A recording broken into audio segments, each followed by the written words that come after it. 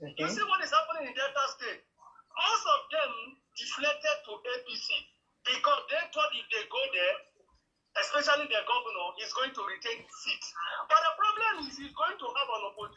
What about people that have been there that contest against him? Is he going to remove them? So this is a great move to me that will favor us because there will be crisis. Hello, my name is Adam Ferrari, the Chief Executive Officer of Phoenix Energy.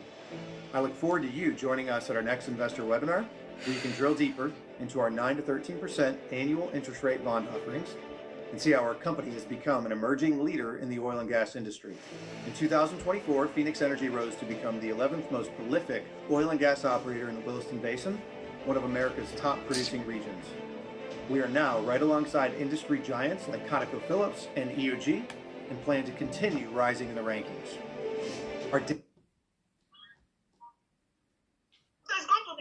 People are just saying it's a good move, it's not a good move.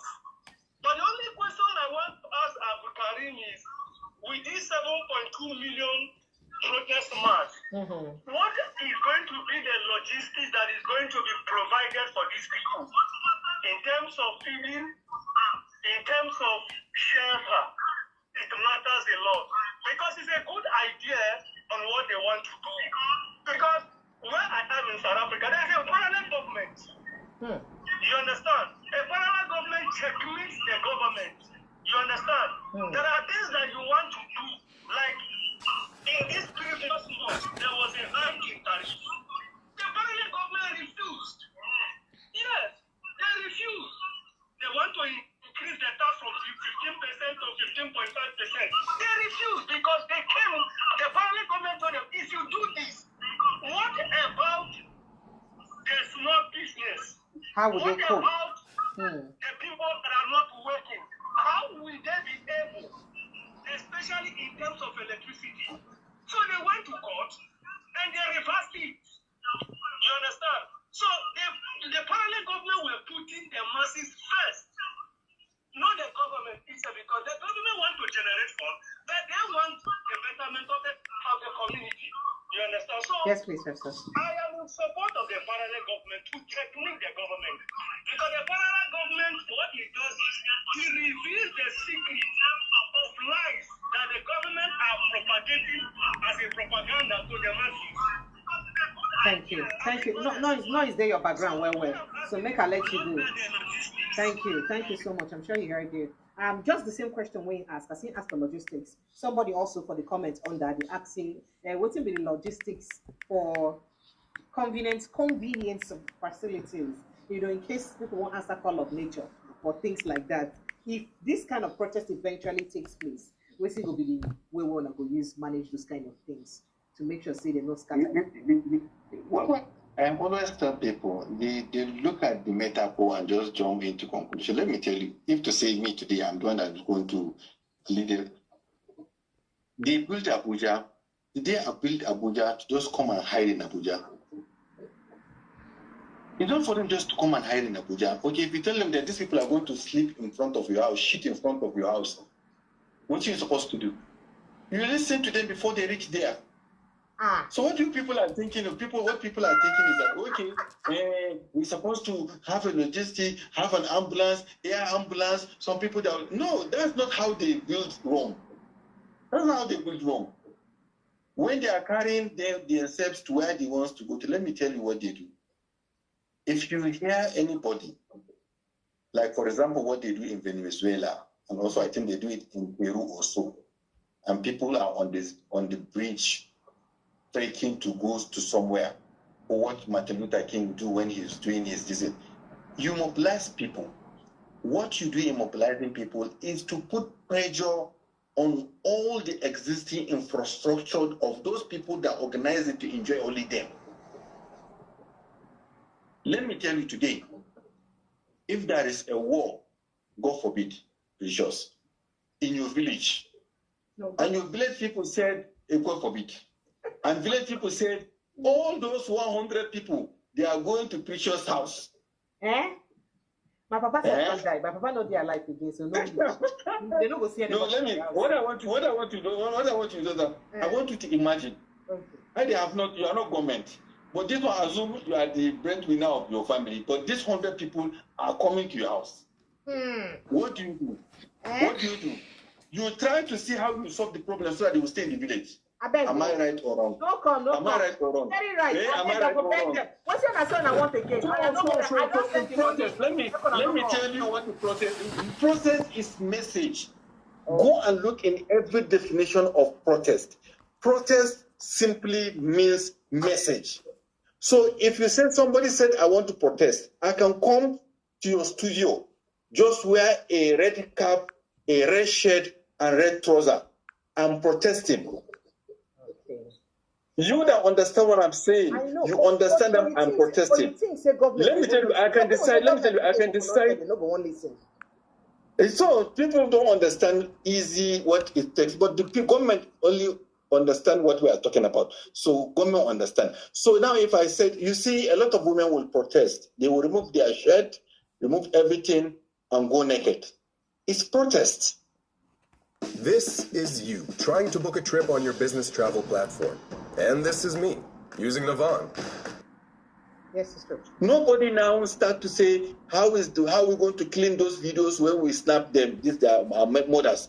How are we going to do that one? No, in doing protest, you don't have to sit down and itemize the soft landing.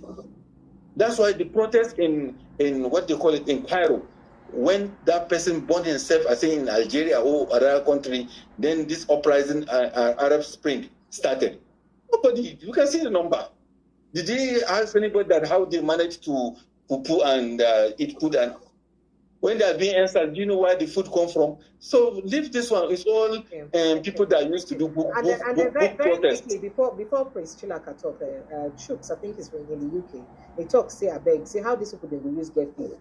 Say because you know, like, are you reading the messages just there?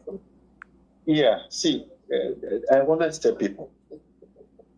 I can Google it on. Is it purely a no, it's not going to be paid. Let me tell you, I can Google it for you. I say I will Google it for you on the social media. You can Google it. Anybody that was listening to us can Google it himself.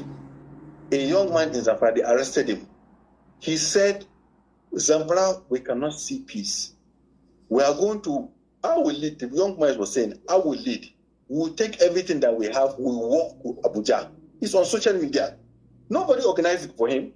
It's not my talking, it's not part of Tommy's talking. He said we will move to people in Jos. Now, currently this problem in Jos, they said they want to walk to Abuja. They said this program, they said they are going to walk to Abuja so that they can go and now send their grievances to the national. That's what they said. Oh, wow. Nobody is paying. Is there anybody that is paying them? So what people always understand is that it will reach a level that something will turn up something. Something going to ignite ignite something. The way we see the Arab Spring, some things, if you say a plan something, it's just to say, government, listen to us.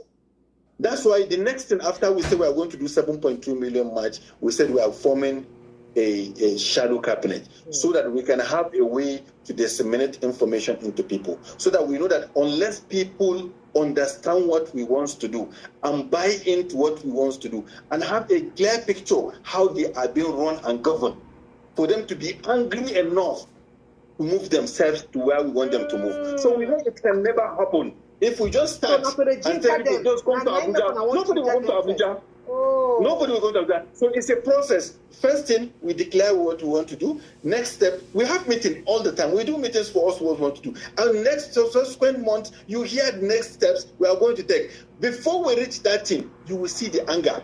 How we are going to package everyone and how angry people will start to see they can walk to get a freedom. That's what we call it, freedom march. At that moment, somebody has already talked that he knows that where I'm staying, I'm going to die. If I didn't go to that Abuja, because I have seen this village has gone, this village has gone, this state has gone, this place has gone, state of emergency there. Now people are already aware that my children cannot go to school. That my daughter, she's going to end up becoming a prostitute because my neighbor's daughter has already fallen to that. My neighbor's cousin, they have already called me for that. My son is now at home. He cannot go to school. I'm already aware that he has already, somebody carried knife My uncle called me that his son is in the jail because he took knife to collect somebody's phone, and my son is going to school. So now we are calling you for a freedom. Then that person will go. So it's stages. It's not something that we just do one day. It's a process. And you reach a level that if the process don't work how we want it, maybe we take another dimension. Then we take the next dimension on plan B, or C, or D. That's how it works. That is the plan, plenty. If you reach that self. For instance, Sri Lanka, you don't hear all the things we say, Ibrahim Abulkarim on talk. Or you tell me, I would like to make you react to, as a Nigerian, we live for inside this Nigeria. How you take see all the things away there? Let me start by saying that I'm one of those who believe in Georgia rather than war. And I've had quite a number of beautiful speeches, you know. And when he started talking about, I'm not interested in the 7.5 or 10.5 million march. I understand the game. I understand it's a mind game. I totally agree with that. But I'm more interested in the shadow government, because I used to be a member of the Abundant Nigeria Renewal Party. It's called ANRP. I used to be the Lagos State Secretary, and I was very close to Tope Fashua.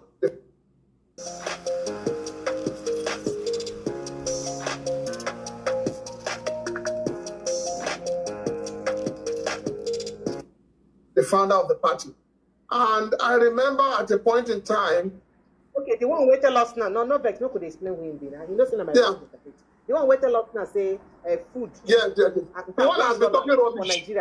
Fashua is my personal friend. He's been talking rubbish. You understand? Now, Mr. Ibrahim, in case you forget the person, I say make I remind you. When talk say $1 no go people anything for abroad, but $1 go buy you 3 square meters. Sorry, complete meal for Nigeria.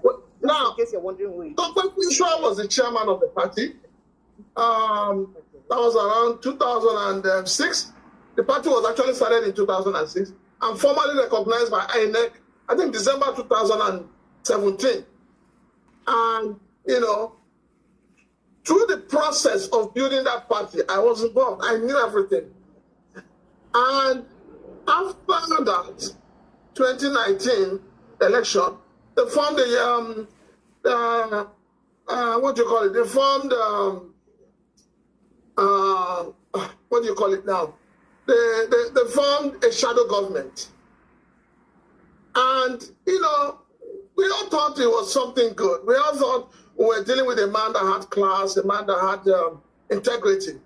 You know, but, you know, along the line, we now found out that the same man that was chairman of the party, clandestinely, you know, wanted to be the presidential candidate of the party.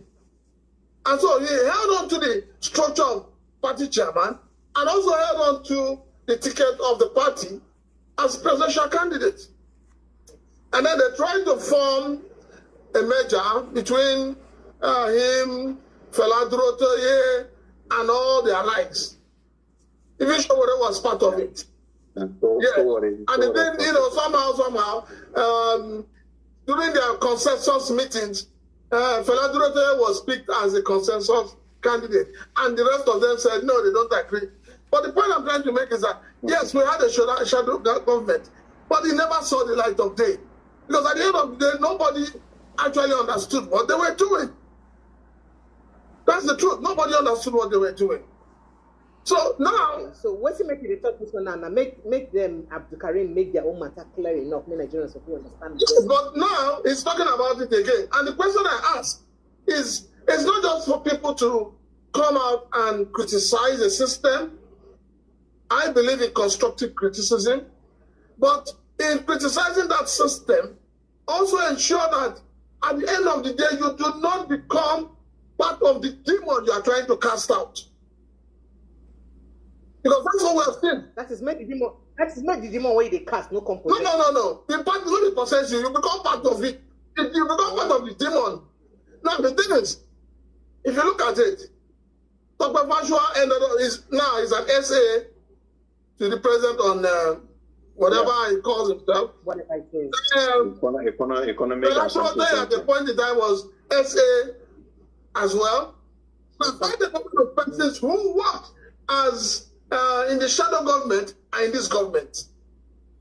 So my grounds is the fact that most times when we see people with beautiful ideas, fighting for the masses of the nation, they end up getting consumed by that same system.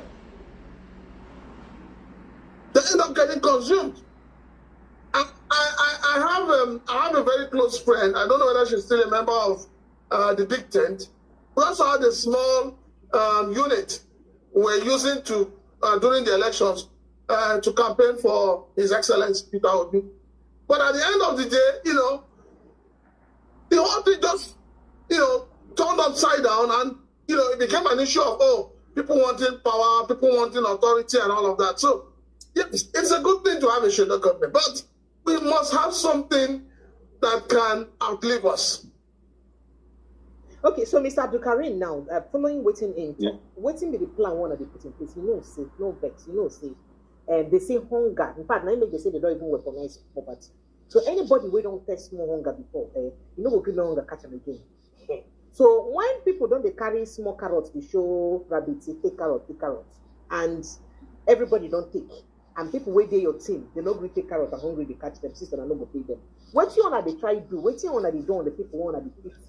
Go bring together for inside the shadow government to make sure say no be people wey be say go betray una tomorrow, can't go back, go they work for the same government. So be say they try put straightforward maybe do that. That's a very okay.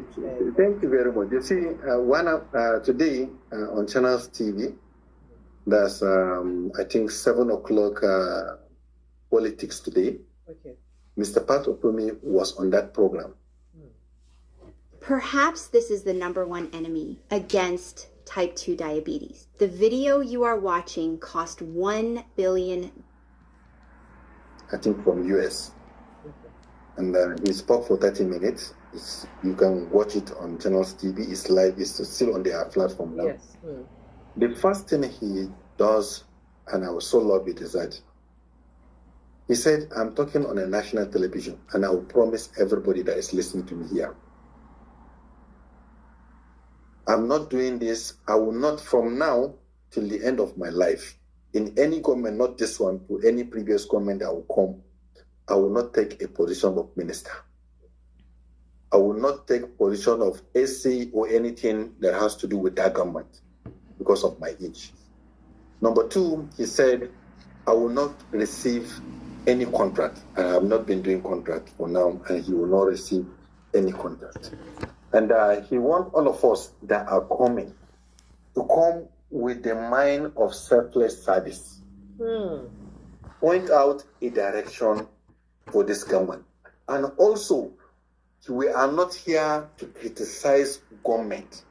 He said we are here to offer alternative solution.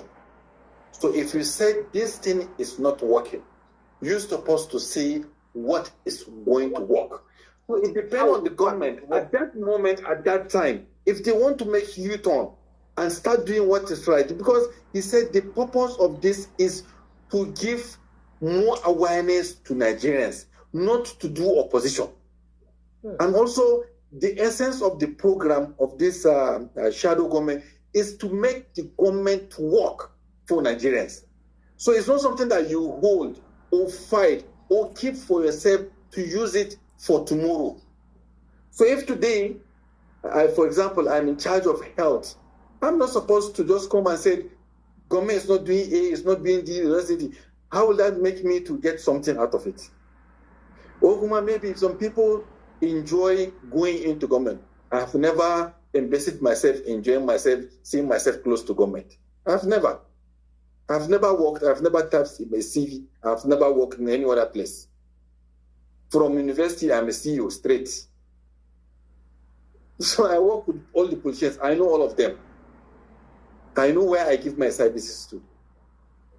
So it's not, people just think once somebody does something right or wrong, then we didn't give chance for other people to try. Let me tell you, I'm kind of person that I always like to see people, even if they are not truthful, let them keep coming. One day we'll get somebody that is truthful.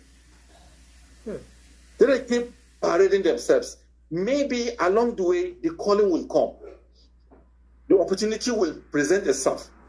Like, for example, the chairman of your party, opportunities presented itself to him. Which of like Aburi. Oh, which your party? You know, so when you talk your party, his party, the I'm talking to. No, the party is gone. At that moment, the party is gone. There is no party. At that moment, no, I'm just giving an example. At that moment, he can decide whether to be a leader or to hold on to both chairman and presidential candidates, or be a leader, and he chooses to hold on to them. So it's not your fault. It's not. That's how he thinks. And today, he's not having any. The same thing now, Aburi, it has come to him to either take a decision to go to the board, allow the party to continue, or to hold to it and become nobody tomorrow. It's their own choice. Every one of us here, in our life, God will present opportunity for us to be Moses. And God will allow us to use our head to think, what do we take? Do we take God calling? Do we take the money, or we take the fame? Which one we take? It's our own choice. But at the end of the day, everybody will still come, look back and see where he is to. So what I think is that it's very simple. Less people be coming. That's why I said, keep voting. When I was doing campaign after my campaign for General Muhammadu Buhari in 2015, in going to 2019, I was not working with them. And I was talking to somebody that very close to Buhari in 2019. I'd like to know. Because me, they don't like my services, and that they don't like my frankness. So one of the things that somebody accused me of before 2019, you didn't believe he did what? No, I believe in him. But what they said is that I will not do what other people are doing to stay in the corridor of power. I can't kill anybody.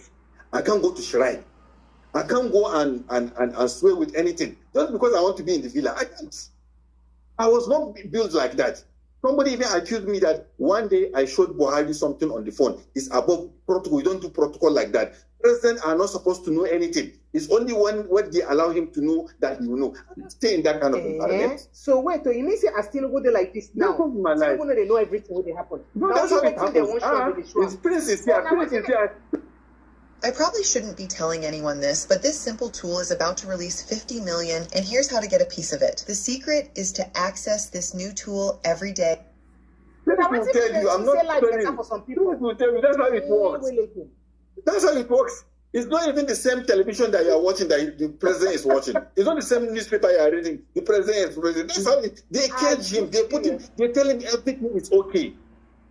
I don't want to talk too much here because you said off the mic. Let me just off the mic. We will understand what we are talking about. Let me tell you, there is a position now today promised if they give you that position. You don't Christian government.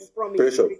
Let me tell you, if you go to that, first thing you will do is that they want to now make sure that you saw in. You forget about this one where you carry, say, I swear to Nigeria out of religion. Not that one. This one, I shrine will go. They will keep a thing in front of you, do something. For you to give your life to that particular thing before they will allow you to come near to that thing where they want you. Because people are not just seeing the country just working like that. They thought that it's just anyhow, you just go and cross borders of power and just go out. No, it don't work like that. Some people are assigned by their godfathers. There are some people that they call them gatekeepers. Those people, they align. I know of somebody that he was even harassing a permanent secretary. He says that this ministry is allocated to me. He told the permanent secretary. And he told the permanent secretary, because he didn't answer to him, he said, you see what would happen to you in 3 days. After 3 days, they remove him from that ministry. Because he said it's allocated to him. As his birthright. That's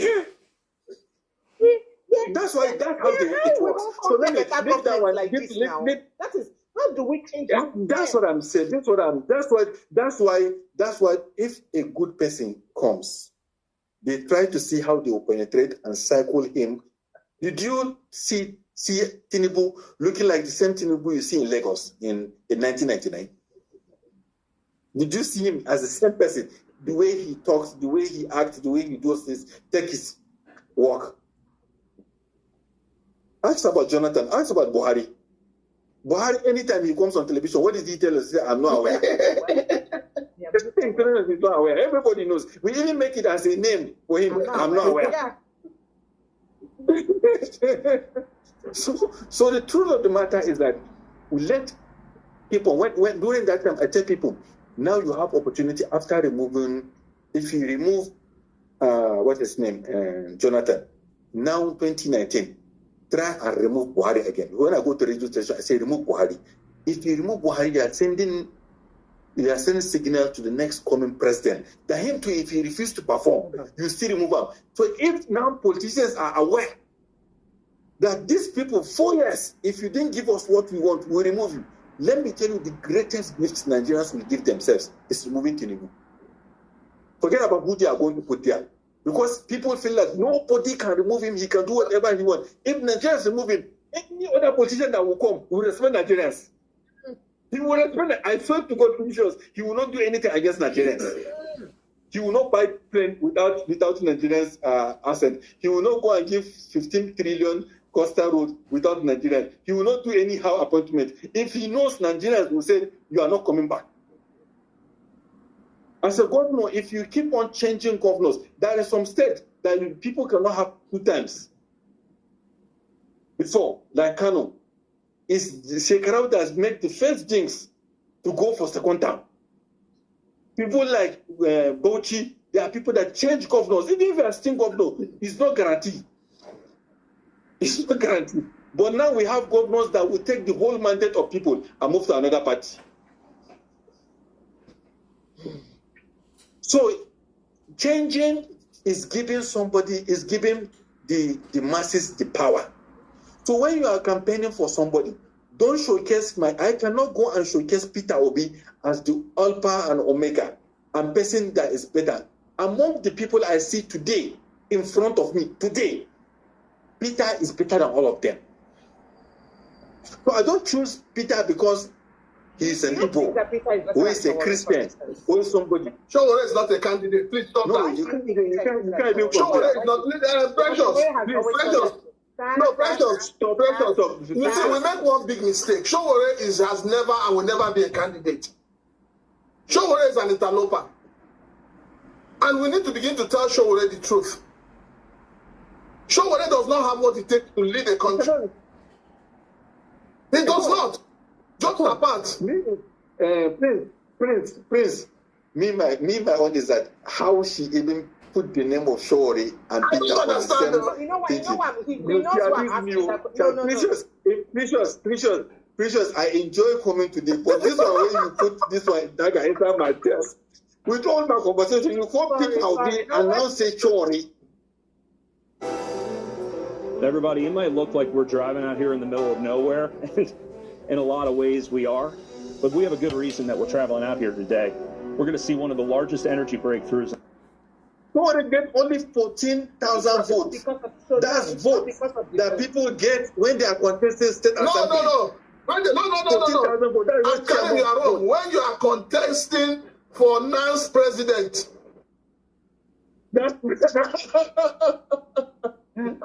You are talking as of today, apart from Buhari, the greatest and biggest politicians today in Nigeria, that you cannot open your mouth and talk without talking about him. Is Peter Obi. So do you think that's why everybody is always criticizing him? Yeah, that's why everybody. If you keeping your mouth, if you don't say Peter Obi.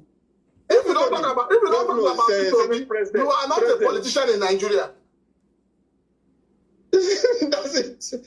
He's at the top. No other person, because he is the only one that take the sacrifice and move to an unknown party and establish the party. You know what it means to enter, establish himself, and got 6 million votes purportedly rigged or allegedly rigged.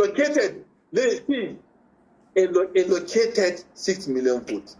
That one, Atiku left and went to ACN and contest. We don't even know, up to today, we don't know even how many votes he gets. Because insignificant that nobody can talk. There is no place I sit down, they are talking about politics. And you will not have. The only problem today in the pillar, in front of Asiwaju Bola Ahmed Tinubu in his 2027 election, is Peter Obi.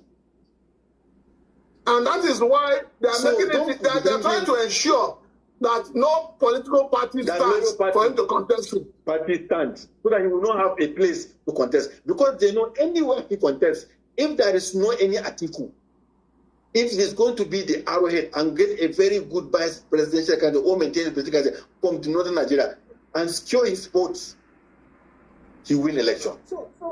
Leave all that matter. Politicians know. Can we now ask you what you people are doing and the shadow government will do or big tent will do to make sure, say, we at least get a better electoral reform? Where it entertain like independent candidacy or stop all these shenanigans of jumping parties who would get up and down and are waiting the rotting our political system. And carrying people's mandate to another party. Because if you look at the election, on the ballot paper is only the no name was there.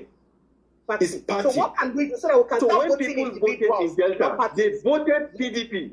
There is no way somebody would take their mandate because they agree. That's what they say is that we agree with the manifesto of PDP and we pick Sharif to be our governor so that he will not implement the policy of PDP upon us. So he can't take that one and say, I'm moving you from this constitution or this manifesto of PDP to manifesto of APC that we have not voted for. People don't understand the gravity of what that person has done. You can't take people's mandate to another place.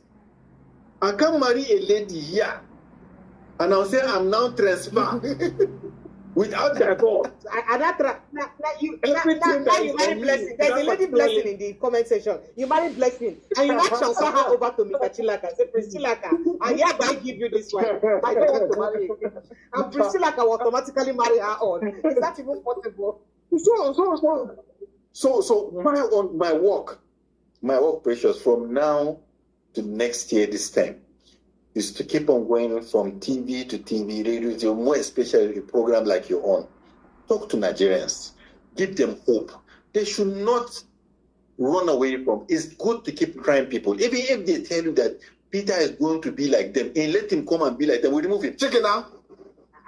I don't tell them here before. I don't tell them here before. Say, if on a thing say with a clamor for good government and people will win election, you know me say me I not go criticize them. Me, Precious Thing, I go use this platform criticize them because I go want make you do better thing.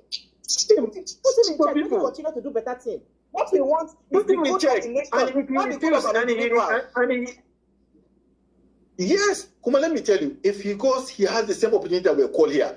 He has opportunity to be like Lee Kuan Yew, to be like Mao, to be like any other person. So if he decides he don't want it, can we force it on him? No, we just remove him. So that he goes in the history and join the other parade of the others. And continue with another. Next person will come. I swear to God, one day, one of them will be there. Look at Eradua. Eradua was brought up, rigged, and bring him in.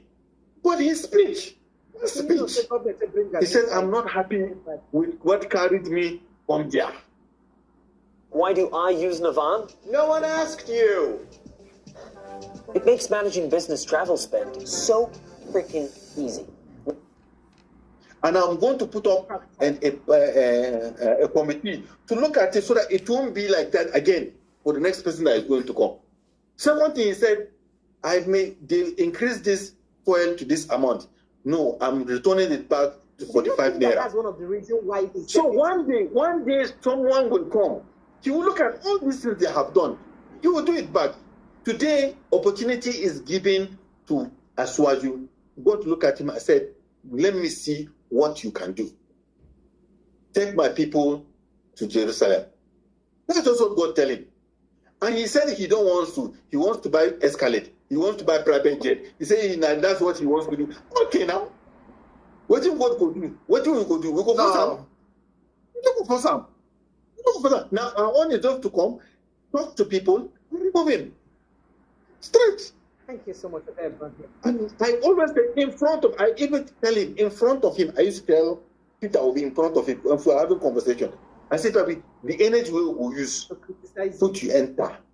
The obedient and all of us, we still use that opportunity because if you fail, we are going to go and hide ourselves. But we don't want to hide ourselves. So we'll make sure that we take you out so that those people will forgive us for taking you out. Why I stood to fight Buhari is because I want forgiveness for myself, and insight to be in harmony with myself, to see that I'm not happy with what I've done. I campaign for Buhari. I do a lot of things for Buhari. But when I see things not going the right way, I can't say I must stand on that thing that is not working. Like people that say that they must stand on the mandate of this man. Mommy, I can't do that because I'm not trying to stand on the mandate that is checking. If I plan that mandate, I see the mandate is not, I move to the next mandate. International anthem of psychopathy. So if you keep changing them, I know I can't do it. Of course, that's national anthem of psychopathy. On your mandate, we stand. On your mandate, we stand. So people just want to happen. You know, it's true. It's true. It's very true. They call it political banditry. That's a group of people taking over people's work. Like, for example, you did, like Sheriff in Delta. After they pursue and fight former Senate DSP. After the fight, now you now come and carry that way that guy put for that place. Come carry and join with you. That's banditry. Now you are collecting ransom now. Now you hold them. They have to bring that man to Abuja to go and meet president. This is not okay. You know, we need governor, but we will give you something. Then you carry and come put for aeroplane. Carry and go Delta, say you can go receive Sheriff. Which kind comment is that one? The same person where you fight. You know, we like him now. Everybody know we like him. Everybody will feel bad. So what we need is that I just want to see a president that have empathy. It's president that when he comes, his number one thinking around any action that he will take, just like the way Umar will talk about the reducing fuel. No, he's just talking of what will I do to cushion the sufferings of Nigerians. And I don't have to achieve everything. Even if I don't do the coastal road, I don't do anything. But I put up a system that they can usher in new people that can be better than me. Even if it's just do that one, it's good for him. That's how I have a conversation with me and Mr. Peter. Peter Obi was telling me, he said, Ibrahim, you see, why a lot of people are missing out is that when you become president, for the first 6 months, go for the low-hanging fruits. Don't do anything spectacular. Don't do anything new.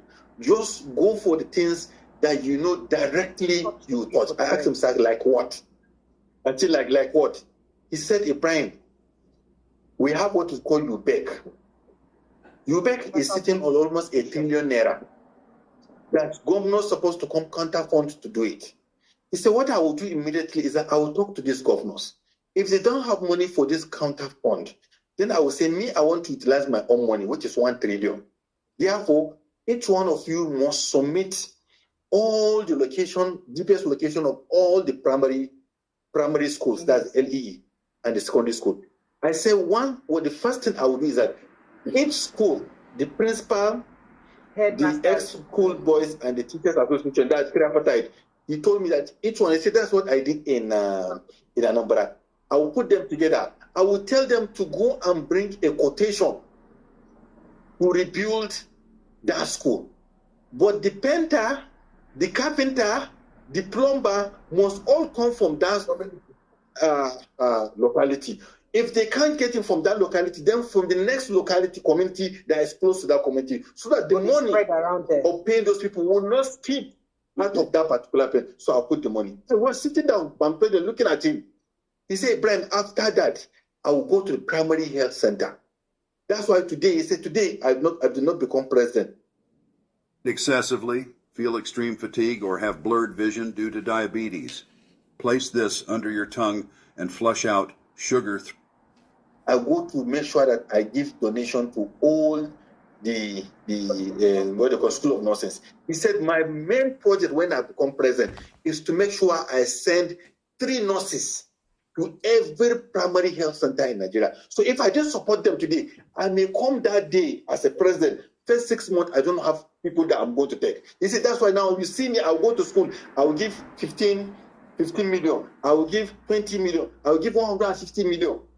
He said, that day, immediately I come, the first thing, because I cannot renovate those places without those nurses.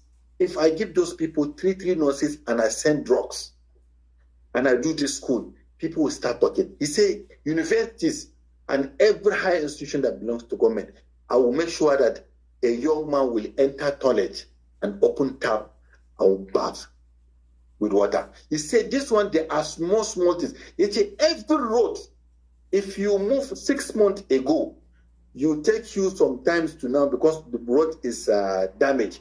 If you are coming after my 6 months, I will not do Coastal Road. I will not do anywhere. I will make sure those existing roads are working. He said, Ibrahim, if I do these 3 things that will cut people, and I put what is called commercial vehicles, like the way people are suffering in Abuja when they close work, and I put some transportation in. He said, if you do these 3 things, school, transport, and health, he said these 3 things will give people the immediate requisite things that they need. That's the immediate that they need for us to start fighting corruption, to start fighting insecurity, to people to go back to farm. He said these are low-hanging fruits, and this is what will connect people to my government. And immediately it connects people to my government is the people that will now push me to do whatever they want to do. Who will not love that kind of person if you're having that conversation? I sit the same table that I sit with him. I sit the same table with Buhari. Buhari will go for campaign, will come back. He's only interested in eating rice and chicken. What are you talking about? Up to today, that's what I used to speak to this Nigerian. Why did you do? Why? And you can't even discuss anything. You can't even discuss anything with him. Me, I'm very flat. I'll take the way it is. Ask anybody that is working with him now. Offer Nigeria. Why did you support him to become president? You don't want. You're not getting me. Oh, you are not getting me. Okay. I'm working with him. I know Hamid Ali then. He was his chief of staff then. I don't know Mama Dora from anywhere around the campaign period. I don't know what's the other man, the one that become the one that become Tari. He was never part of the campaign. Oh, this and the people I know when we PPP, yes. Before them, I know of young people that are supporting him. By the time Ismail, all these young people that are going up and down, and also when I heard that this guy is going to come on board, what's his name? Yomi Osibanjo, and the caliber of who I know and the team that Yemi will come with. Everybody believes that we all put our heads together. We work, make it work. But we realize that people are not even allowing Yemi, that is vice president, to see him. Talk less of that person. When Buhari was governing, it's only 3 or 5 people that can see Buhari. That's how they close the system. So tomorrow I have this, what I said about today. It's recorded here, what I said about Peter. Peter may decide to throw us out, bring more people, some new people around him that will be sycophant, and they do on his mandate, they start stealing money. So what will I do? I can't do anything. My own is just go to look for another person that we are going to still campaign and bring. I also talk about Peter Obi and what he's doing wrong. That's how it works. But he was a governor. He said what he wants to do before he became governor, and he did exactly as a governor. People they blame and say no to anything. And we see him. He visited. No, you see, he visited all the secondary schools, collecting prefects' number and putting them on his WhatsApp and liaising with them. I know he has done that. Peter was the economic advisor to Jonathan. And he was the deputy chairman, Governors Forum to Saraki and also to Amici. And these people are still alive. Jonathan is alive. Ngozi Waylight is alive. All these people that I've discussed, they are alive. They will tell you how committed he is in getting Nigeria back to where it's supposed to be. And that is love. We had a gliding glass door put in by Renewal by Anderson. Here's our beautiful door. It made the house look so much more elegant. You love it? And he promised, I will never leave Abga. And he told when Jonathan asked him to join PDP, he told them, he said, it's not a PDP mandate in that place. It's Abga mandate. Until I finish as an Abga governor, then I can decide what to do. But now, that's what I call personal integrity. Come on, when Jonathan wants to contest for governor, Jonathan asks him, He said, you let him come and become the campaign DG of Jonathan. But he said, no, if we do that, we are going to touch the sensitivity of the Northerners. Why not bring somebody from the North to chair it? I think they brought Amadou Ali or one of these Northern districts. So he now said he's going to be the deputy DG of the campaign. Peter went back to Jonathan and told Jonathan, even this deputy, we should divide it into 3. Let's have deputy DG campaign North, DG campaign South, and DG campaign admin. Who does that, Precious, in Nigeria? People that when they see something, they get everything put for their head. This one is a person that is giving to him. He's still sharing. They know him. Why they are talking about him? They know when he became governor in Anambra, the type of politics that happen in Anambra, where you can steal a governor, kidnap a governor, bomb government house, all of it changed. Everybody knows in Anambra. The time that people used to go into government house and take champagne and drink and bring women, ask anybody. Even his wife was not a first lady, so it's something that he was there and he has done it. And he has not changed. He flew economy in Nigeria. He only flew business class when he's traveling outside. And he's been doing it before he became, and he was a billionaire. He has his house in London before he became a governor. He was chairman SEC. When he became chairman SEC, they give him a house. They give him S-Class, that's Mercedes. They give him a jet. He refused to take anyone. He said he's not taking. He didn't need it. When he finished as a governor, he's supposed to have a house in Abuja or any choice of his place, and he's supposed to collect gratuity. He didn't collect it. He never collect. Akpabio collected today. Akpabio collecting.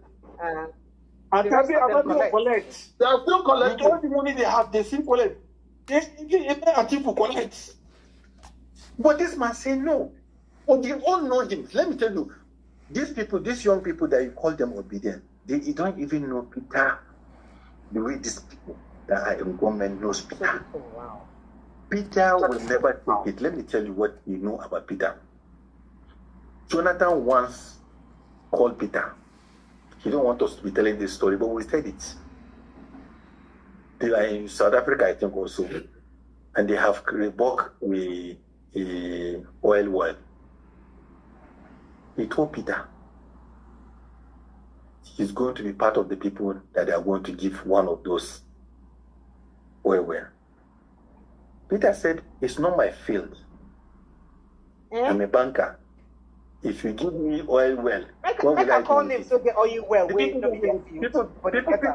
say, no. People say, no, don't do that. Just call it. He said, I don't want to dispense my energy on something that I know is not going to be beneficiary to me.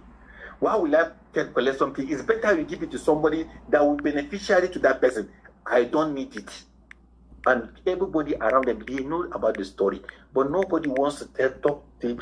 The only thing they say he's an Igbo man. Hausa man don't trust this Igbo man.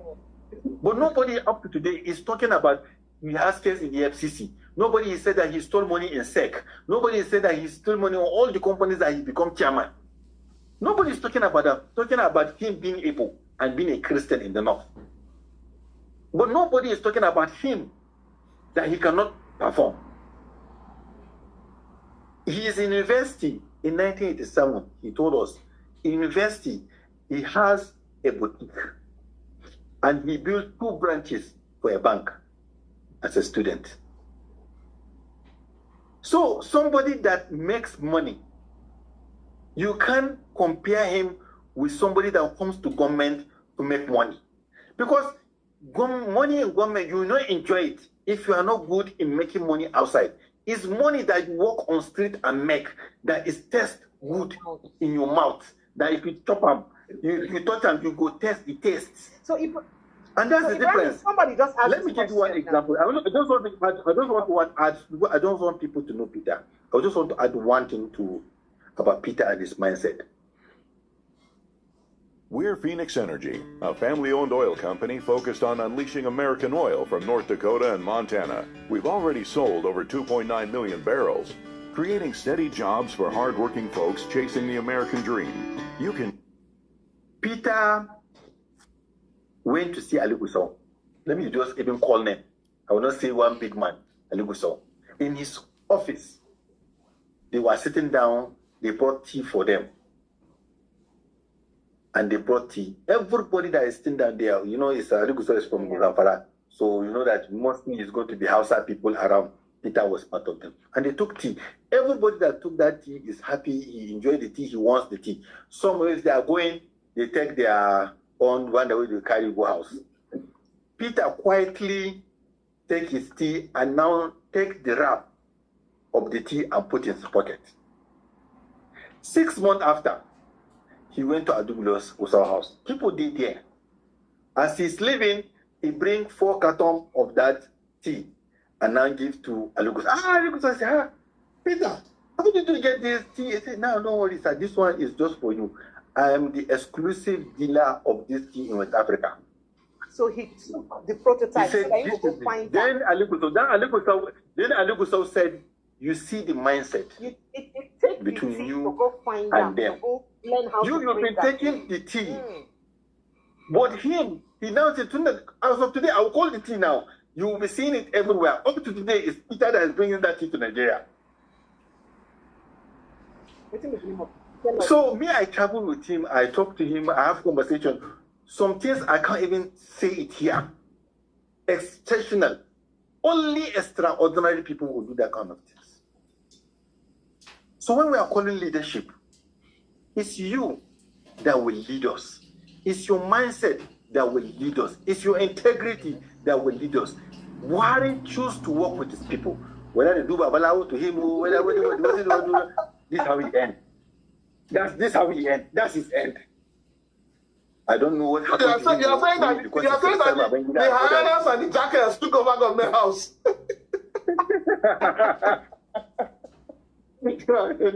So in the end of it is that we keep changing them, we keep bringing them, and we keep hoping to God. One day, and sometimes kings, in the medieval kings, will born a child that will kill his father, not accepting the way the father run the kingdom. And he will kill the father and set up a new system. His own father. So close of this one, that only party join them together. Things can change. I appreciate you. So somebody, Troops here has a question, and he's worried how you're going to build foot soldiers of northern youths who will help sensitize other northerners, especially in the language you don't go understand. And also those foot soldiers, for how me at the ad now, for other languages where they go quickly sensitize. No, we did it. And I'm coming. He also did say something about that again. What's the possibility of saying northerners would be comfortable, say they work and they feel work with somebody like P2B and Eastern. I understand they say there's always this ethnic bias. Because he mentioned that bias also affected him when his father's house was burnt in Kaduna, when he was born and lived for majority. So what's your reaction to that?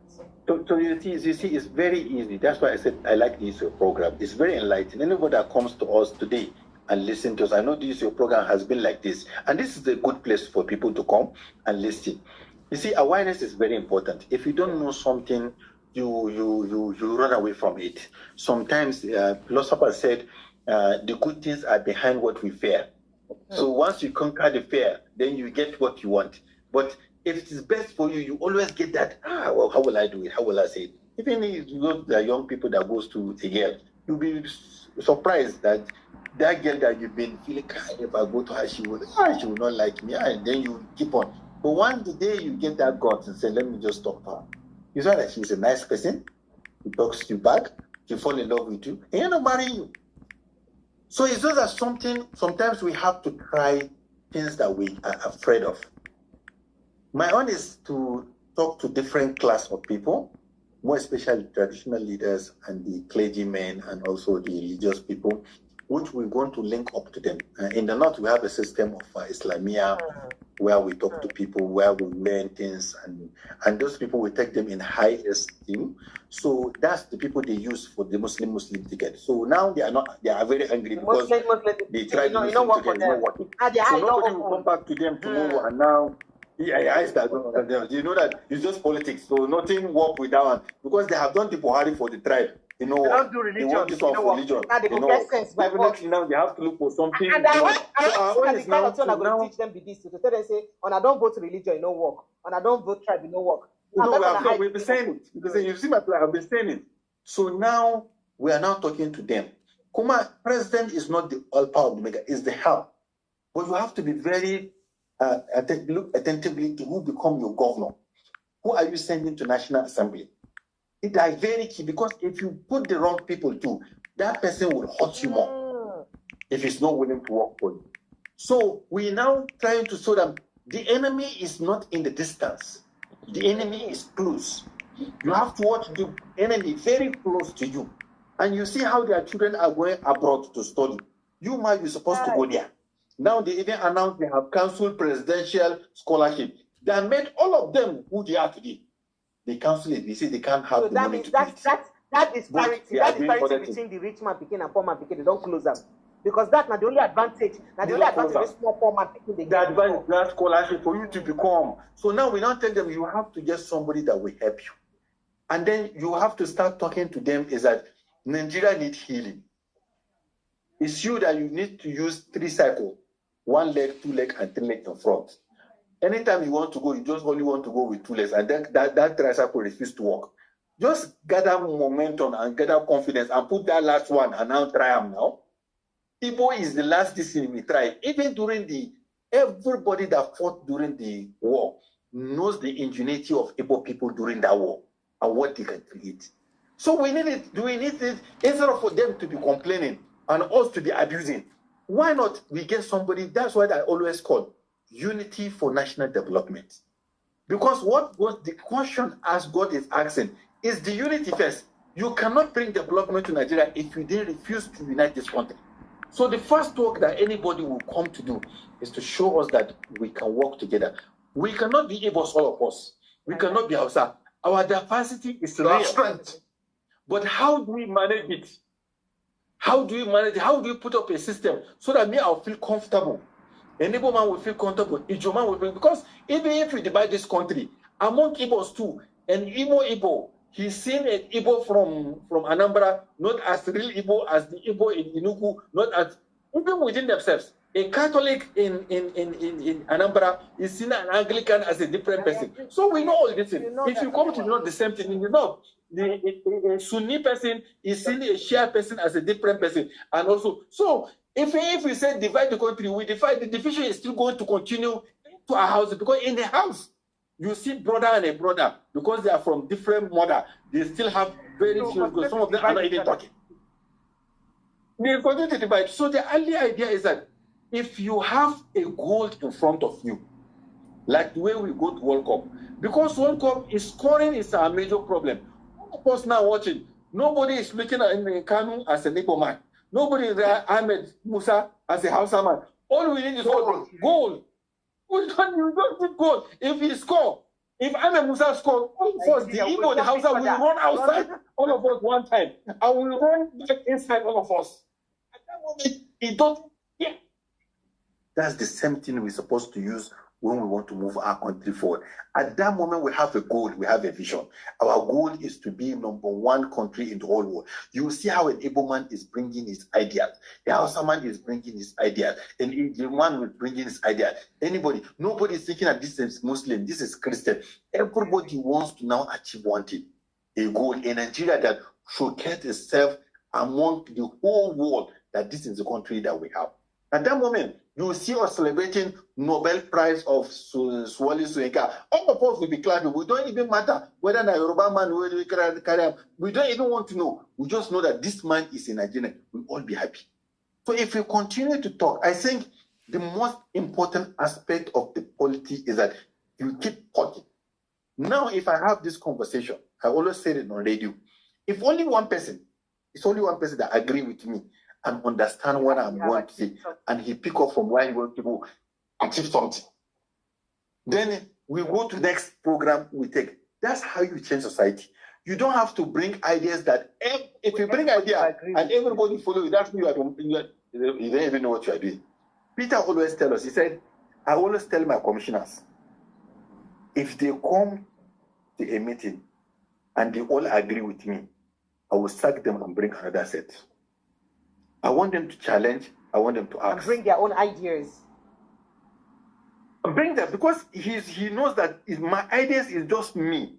But somebody, wisdom will be given to somebody. And we have done it not once, not twice, not 3 times with him. That we bring a spiritual argument. Whether it's a total fixer-upper or in perfect condition, Osborne Homes is the easiest way to sell your house fast, and he will take it. But I stay with some people in my life. Yes, and I stay with some people in my life in the northern part of the country that you can't even have an idea of your own life in front of them. You can't even tell them you want to add a wife. It's not even an idea. You can't bring anything. You can't ask them anything. So anything they send, everybody say rank everything. You can go outside, 2 of you will be shouting, no, you know, a guy has this wrong. When you go say rank everything, everybody, they know is, so that's why they keep on making mistakes, because nobody to tell them the truth. So we want to build a Nigeria where leaders are listening and they can walk around. And when the people talk to me, why are you not supporting Atiku? I say, Atiku is a good person.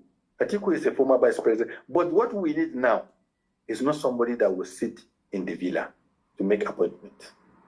We want a president that is having a presidential date that can do 3 states in a day. But some of those movements that they make people really do, how they take John? You will go here today, like 4 5 weeks. Well, I'm telling you, in my life, some people tell him to even slow down. He said, if I slow down, I will fall sick.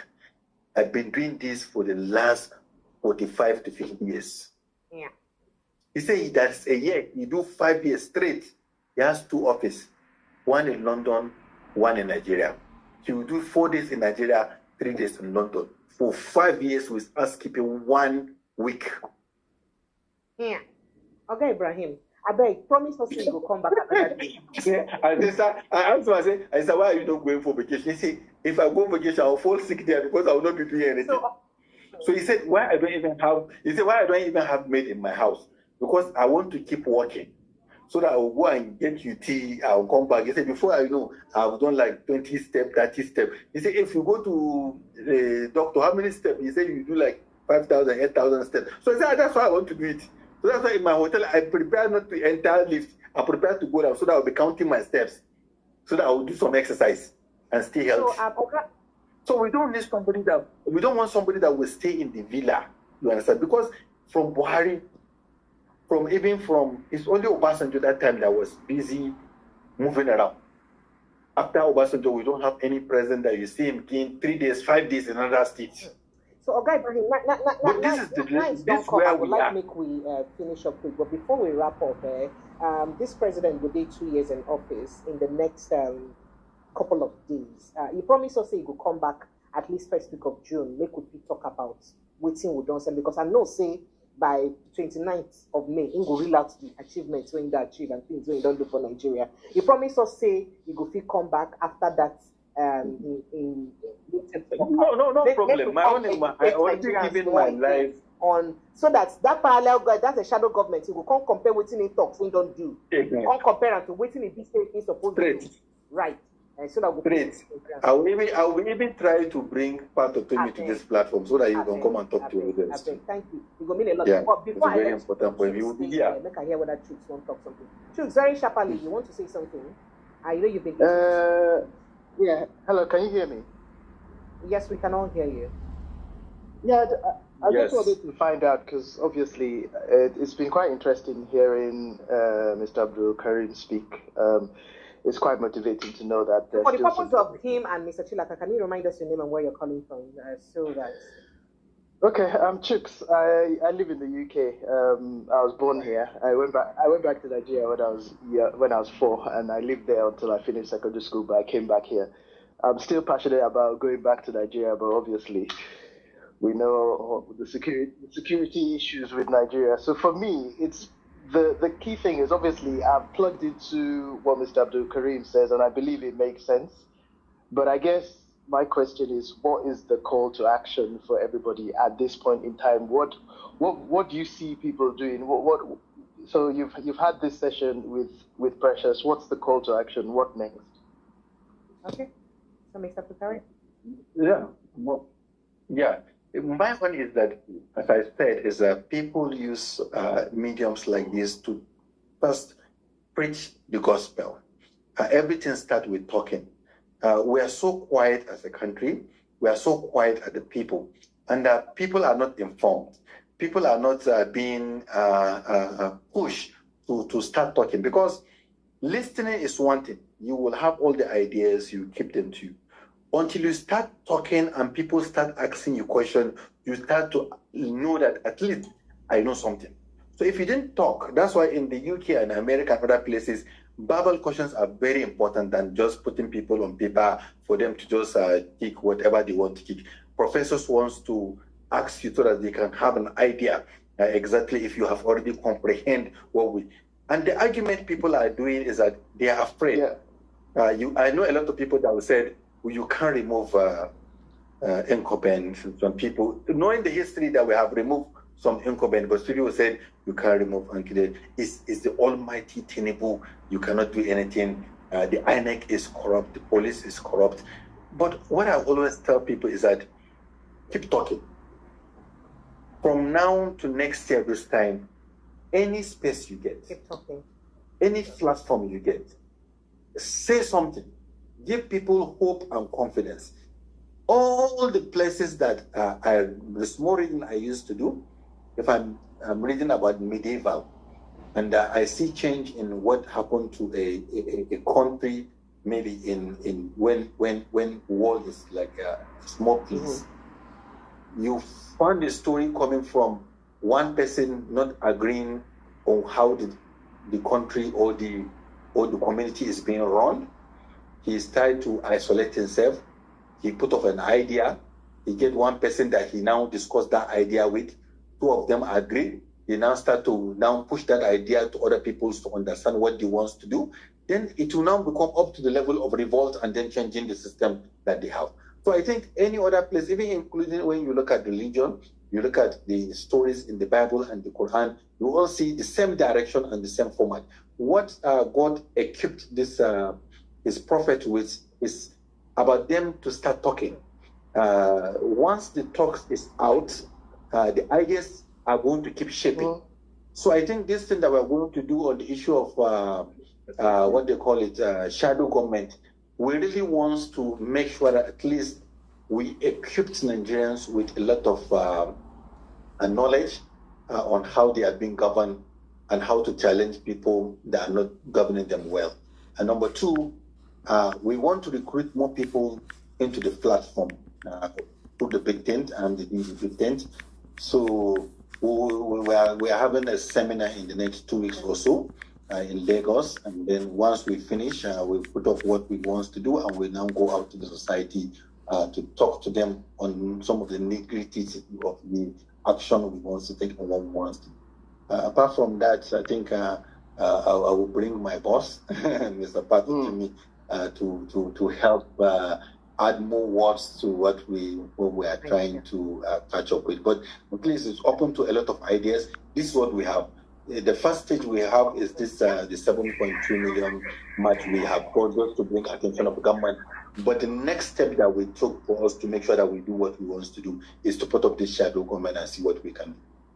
And thank God the government has really, what they call it, government has respond to our call. So I think it's just for us to continue. Thank you. So we have Mr. Ola calling us from Chicago. Mr. Ola, good evening and welcome.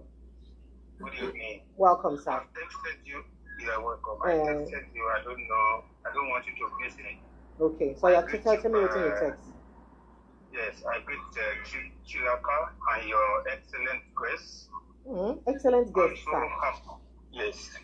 Okay. I'm so happy to hear what you're saying. No, my problem is always scared of Nigeria elite. Any president who is coming to favor the masses, are they going to allow me to rule the country? That's my problem. Before the election of 2003, I campaigned for Obi. And next election, I'm still coming home to campaign for him. There's no how these people will continue with us like this. That's my problem. All right. Please, what more can we do? All right, thank you. So, Mr. Abulkarim, his concern is that anybody will mean good for Nigerian masses, it be like, say, the political class maybe let the person do that way.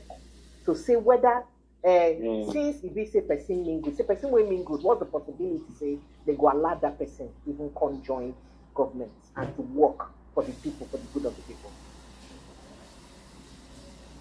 I think nobody is it doing as what you used to say. Nobody give you. A la carte. You snap it, grab it.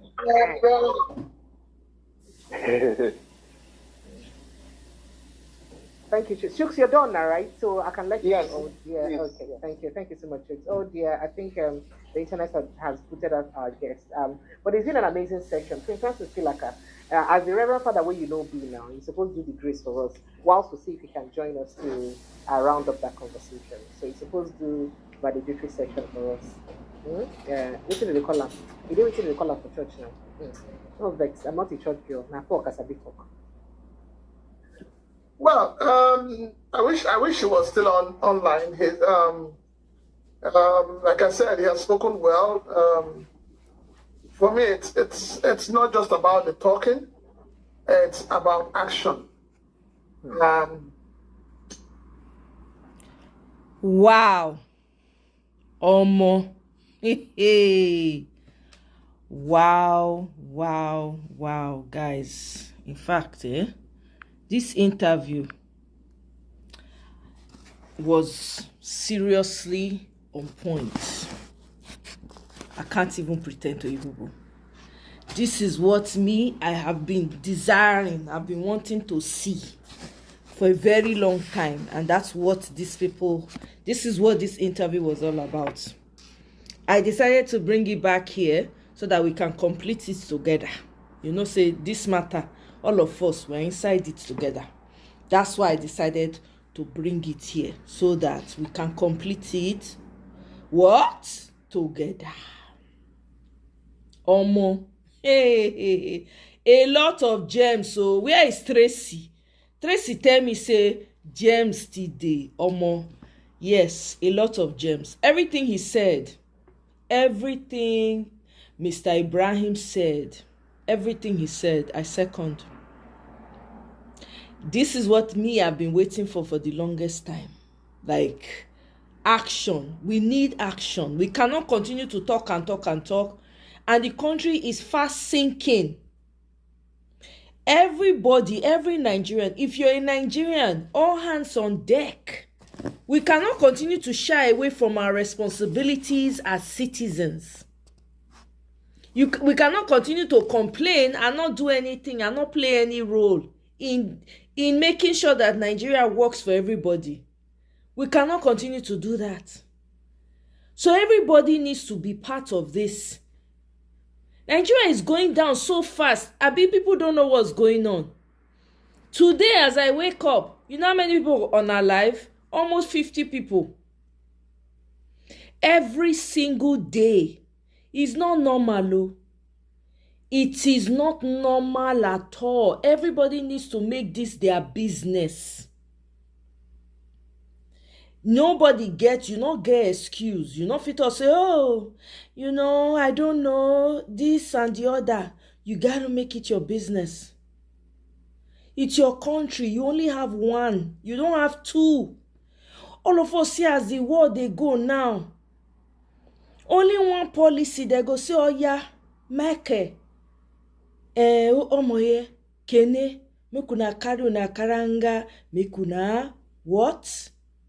Come on for here. What do we go do? Where we won't go? Where we won't go? Place where we not go fix, where we not talk put, where we not do anything. Everybody get role to play. As long as you be Nigerian, you get role to play. This will not be, oh, we're waiting for somebody. You see, as everybody, they do something for Nigeria. VDM people, they struggle on one end. Showore people, they struggle on one end. Other people are coming out. You get one guy when we say now only real estate, now in carry put for head. I don't see him now. I don't enter politics small. Politics, they affect all our lives. It's affecting. Una hear waiting talk. Say they go meet PO. Not be Jonathan say go meet PO. Tell and say I want give you oil rig. Una see as una elite, stay they una fake elite, stay they make money. Wealth without enterprise. Peter Obi say no. Waiting they use and do. Some of una people, una so-called elite, one that they support, they go take am clean mouth. Oil block when you go feed and transform a whole society, one person go carry and put for pocket, they flex. They give people peanuts. They tell them, say, it's me, I've arrived. When they come town, they're going to make you clear road for them.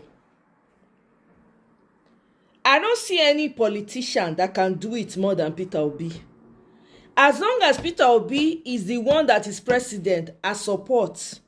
Let's first of all settle that for 2027. Now, the question is whether in 2027, whether Nigeria go last reach 2027, that is the cocoa of the matter. Hey, Black Panther, welcome, oh my brother. How you dey? I go soon share my make I even share my link in case anybody. Hey, Obiajulu, very interesting, my sister. Yes, I am, my sister. Long time. You don't know when we talk, oh. Okay. See, this interview has brought. I'm telling you, Black Panther. I have never seen a northerner like this in my life. This is what Black Panther is saying. Look, I have to do this now. I will continue to follow Mr. Ibrahim. I have interest in him, but I object on one thing. Like I said, and I've been hitting this, Republic has ended in Nigeria. What we should be doing now is how do we have a great nation? Just look how they box all the president. Exactly, Black Panther. So my people, this one no be, consign me, I don't know, whatever. It consign you. Nigeria is sinking. It don't even sink finish. I don't talk sink. It don't sink finish. Every day, bye. Meanwhile, foreigners, they collect on our resources for backyard. Your president does not care. Wife no care. His son don't turn to thug too. They take people, children, take and they do kalu. Because if you say this power na their hand, you go dey titi lie.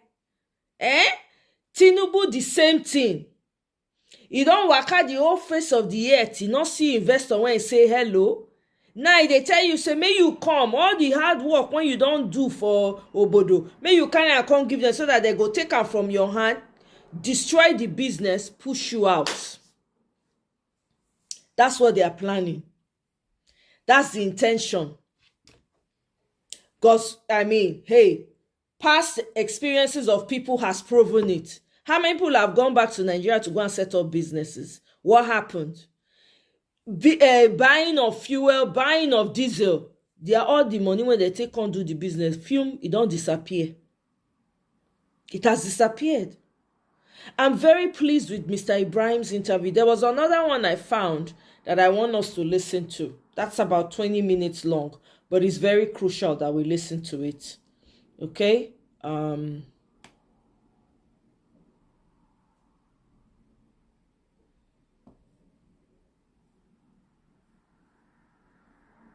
Welcome, everybody. Welcome. I'm not ignoring you guys. I've just been multitasking. Is it tasking? Multitasking, yeah. Mona Novice. Notably in the United Kingdom, I'm going to go straight to the interview. Forms of government in waiting.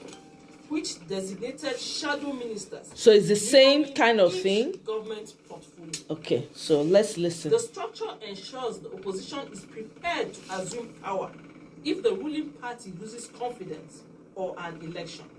Shadow cabinets scrutinize government policies, propose alternatives, and sharpen public debate. Let me bring you for you guys so that you guys can view. During Nigeria's First Republic, that's in 1960 to 1966, which operated under a parliamentary system. Somebody is holding the mic, so that's why it's shaking like that. Okay, guys. That's AG and the Northern Element Progressive Union, NEPU, functioned as vocal critics of the ruling Northern People's Congress, that's the NPC-NCC coalition. While former shadow cabinets were not institutionalized, opposition leaders such as Chief Obafemi Awolowo effectively played roles akin to a shadow prime minister, offering detailed policy counterpoints.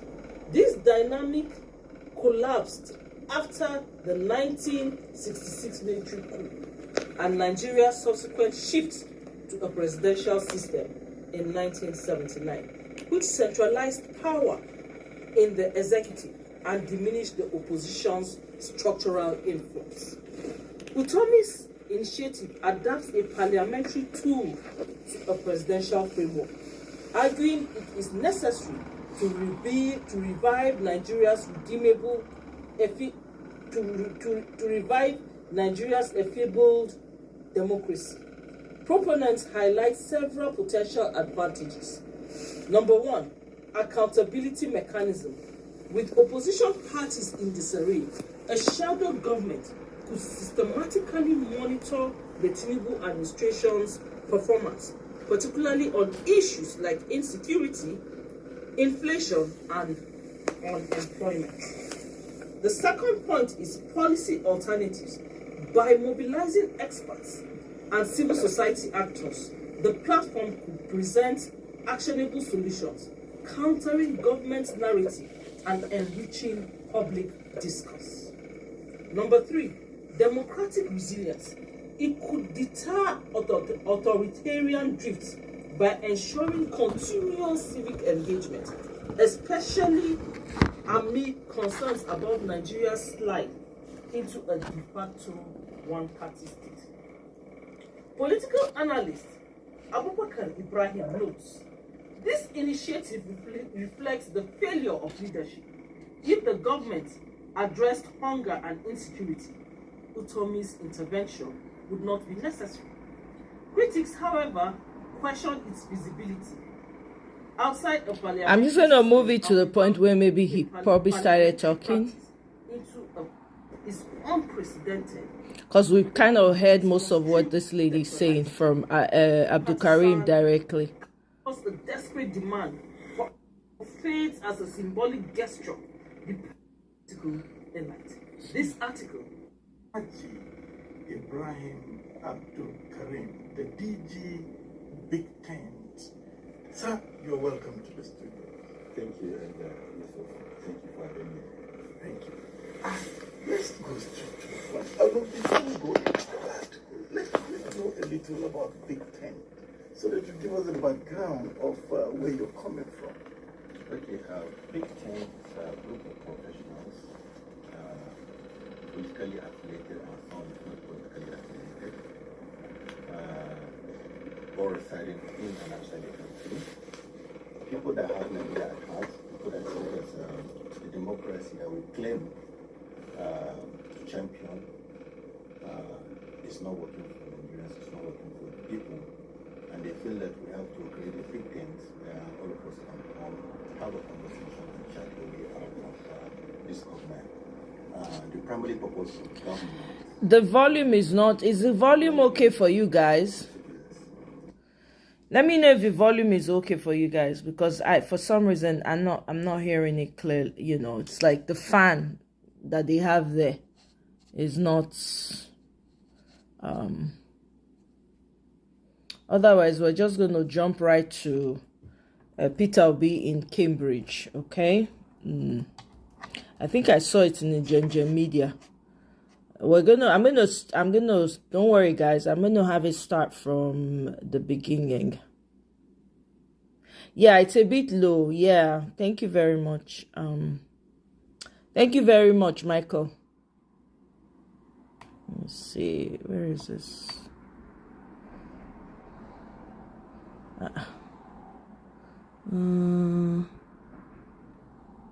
Where is it? I just saw it now. Is it over? Hold on 1 second. Peter Obi, Cambridge.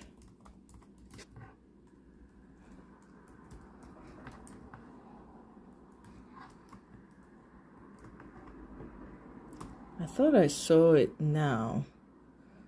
Hey, in Ginger Media TV now. Hey. Okay, so we're going to start from the beginning so we're all caught up. When I started drinking warm water to help me lose weight, my friends laughed at me. But when they saw how fast I was changing... Minister of Education. Hold on, no. We start time.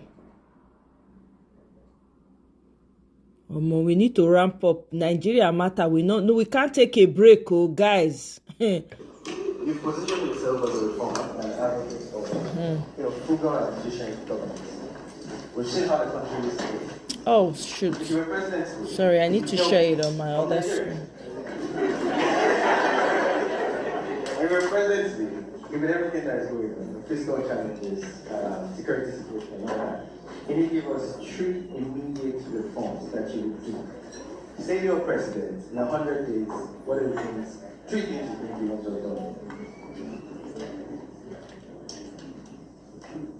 Well, let me start by thank you for inviting me and for the opportunity. I wish I was in the morning to listen to the debate. Maybe I would have learned a lot from it because leadership is all about learning. But if you look at what is happening in Nigeria today, I think the number one priority of anybody who have opportunity of serving should be security of life and property. Number 2 is to look at how do you measure development. There's a simple and most important measure of development is Human Development Index, which have just simple 3 components. First is health, life expectancy. 2 is education. 3 is pulling your people out of poverty. And you focus on the 3. By the time you're dealing with the insecurity that is in Nigeria today, which actually can fight using dealing with pulling your people out of poverty. If you look at the insecurity we have in Nigeria, some people will tell you issues.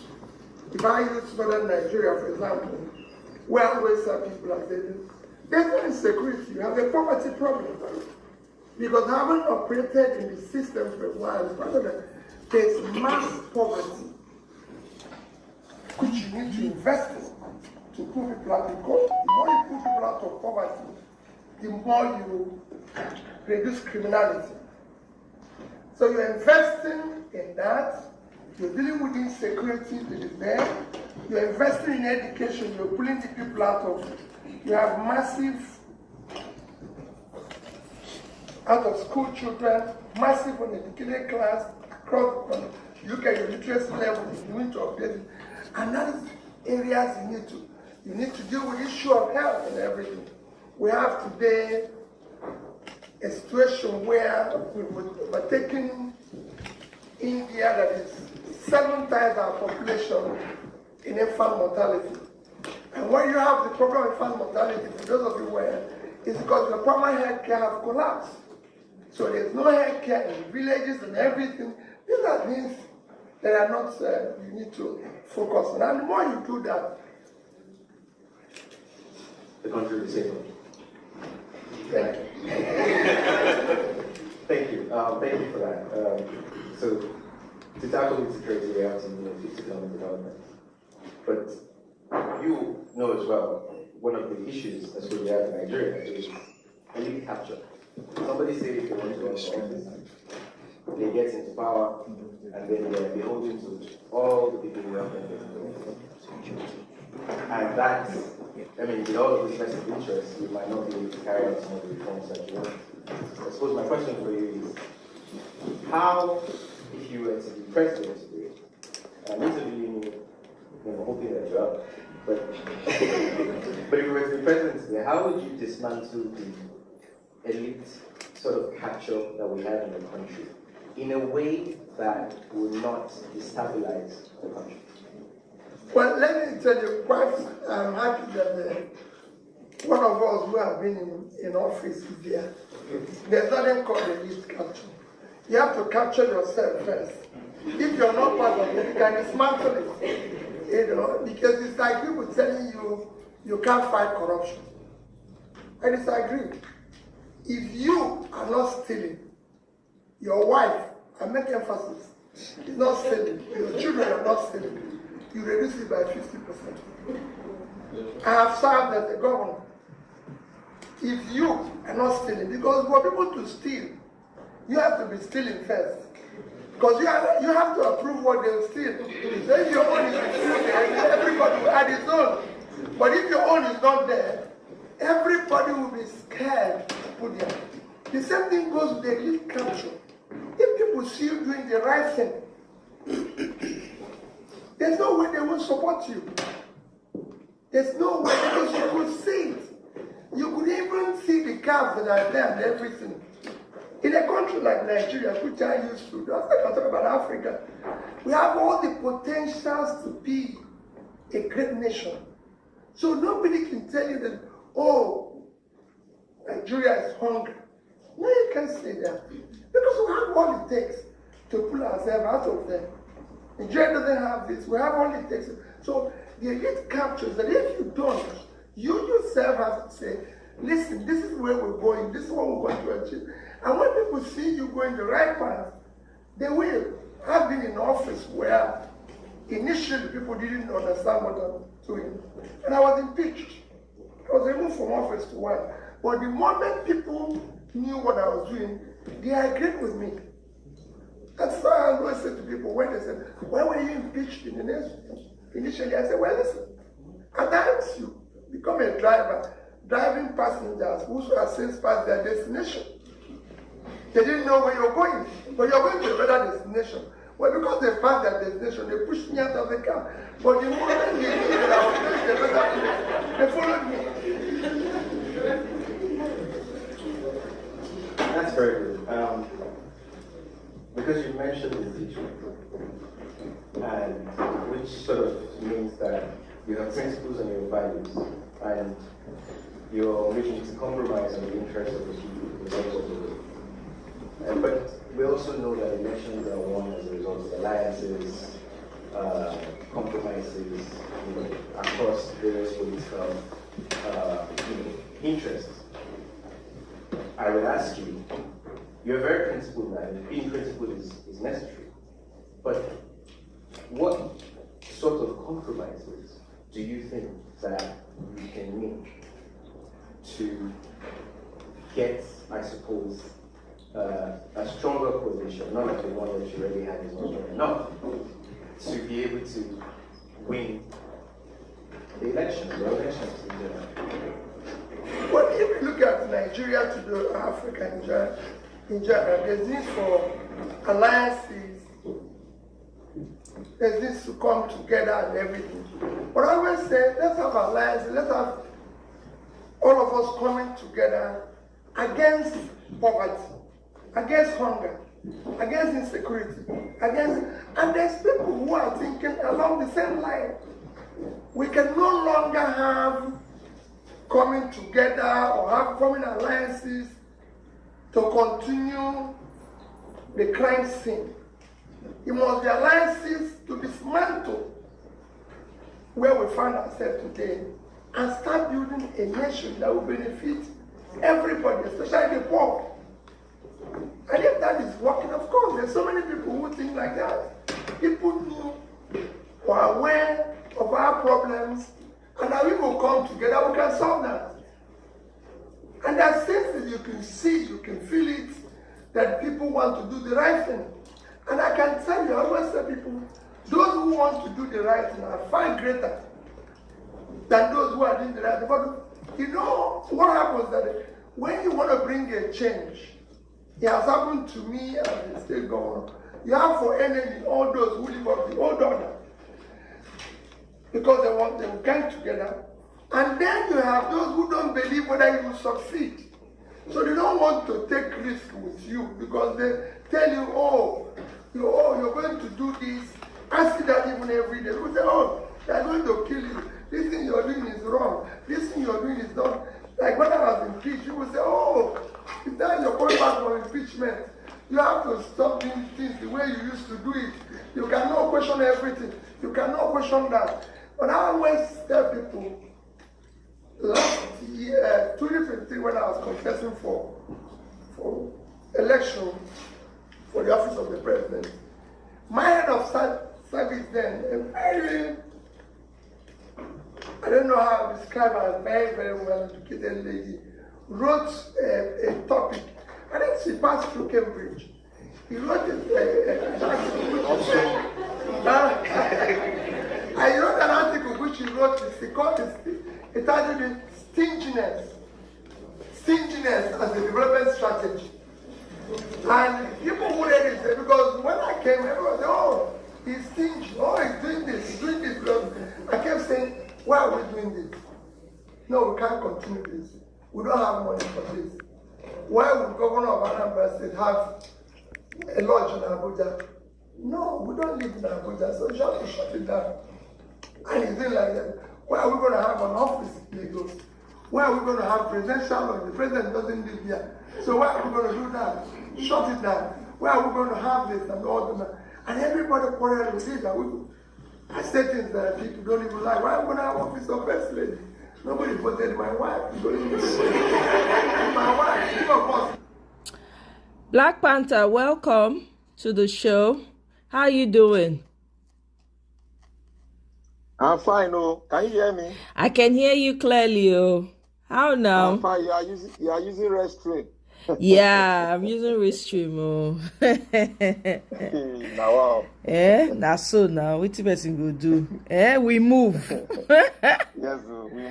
We move. I just want to thank you. I thank you for today, because what the extract you brought in was mind-blowing and well educative. But before I go ahead, I want to thank the viewers out there. I want to thank everybody that is listening on this channel. We should keep on listening because we are trying to do what Mr. Ibrahim is saying. And this is what we've been saying for a long time. Yes.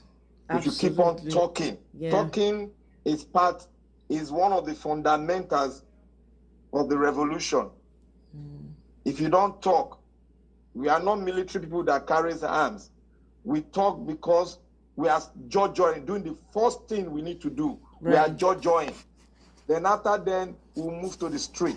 Yes. And we have been doing it. And we are getting there because the awareness is getting to the optimum. Yes. But what I will say here is that the gentleman, this is my second time listening to him, and he has blown my mind.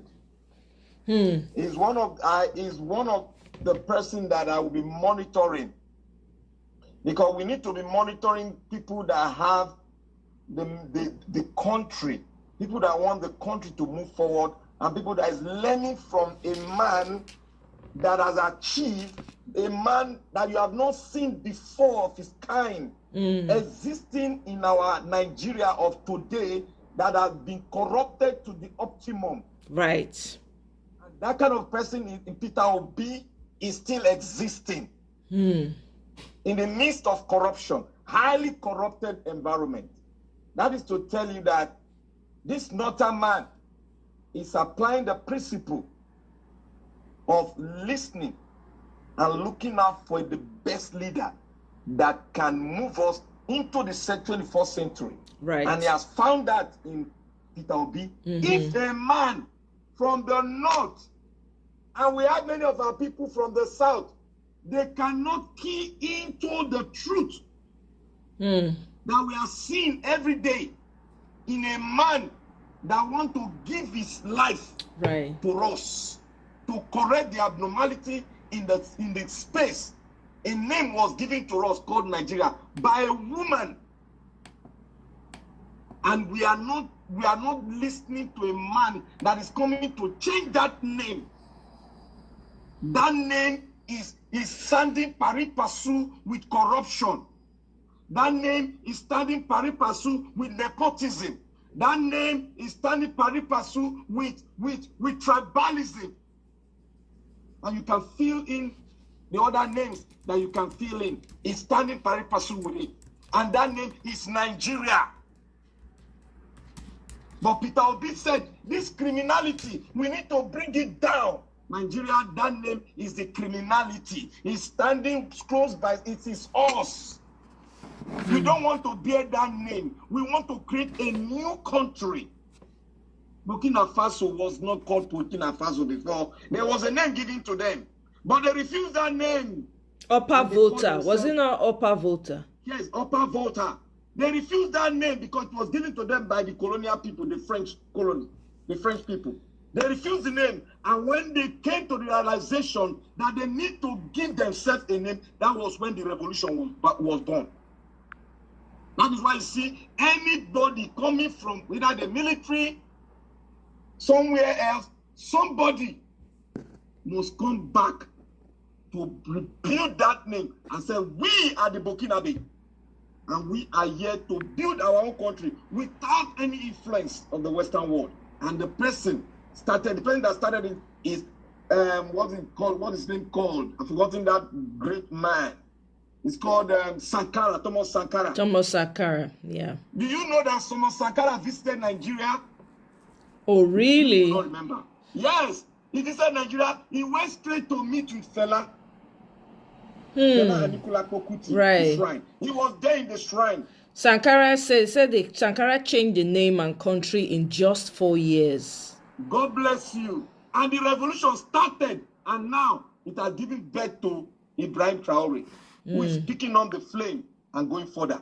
That is what we need to do. We need to wake up and rebuke the Western neo-colonization, which is getting to us through this satanic leadership that we have today. Except Fela and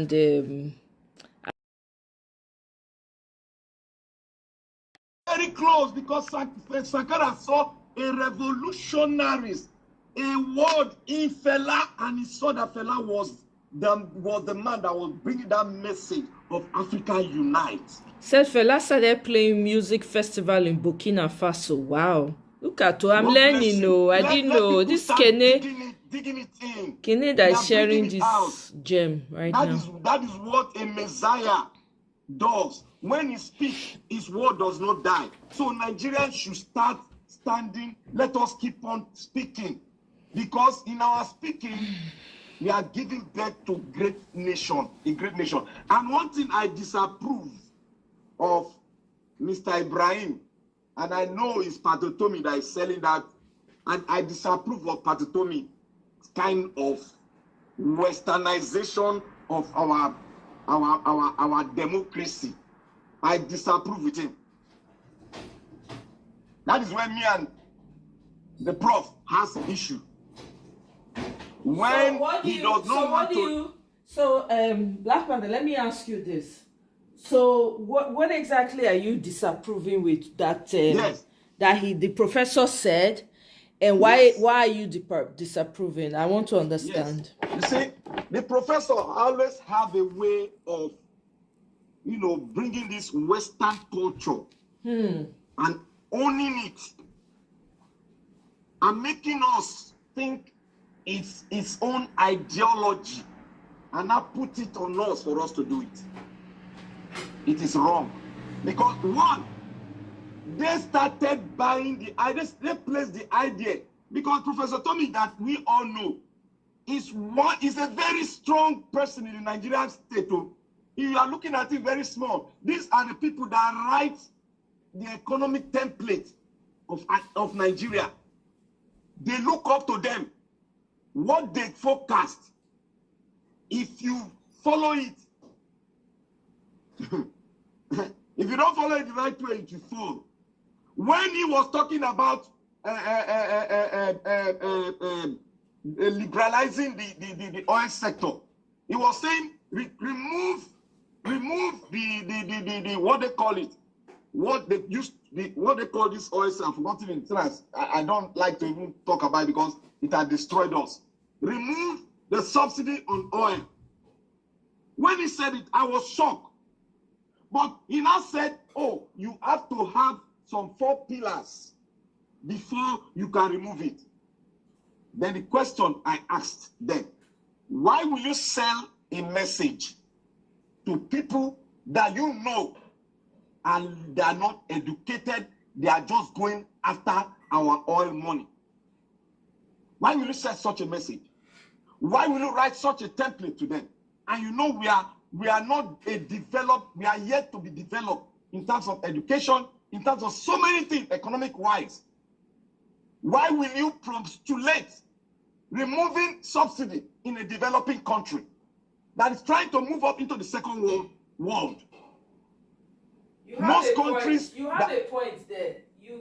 Most countries that has energy, yeah, they subsidize energy for them to lift up to become a great nation, because that is one thing that you can never. That is one thing you need to be industrialized.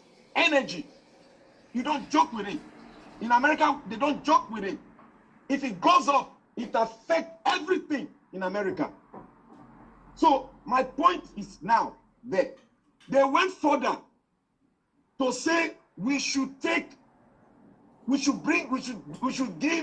the educational aspect to the private sector. They didn't say how will it be funded.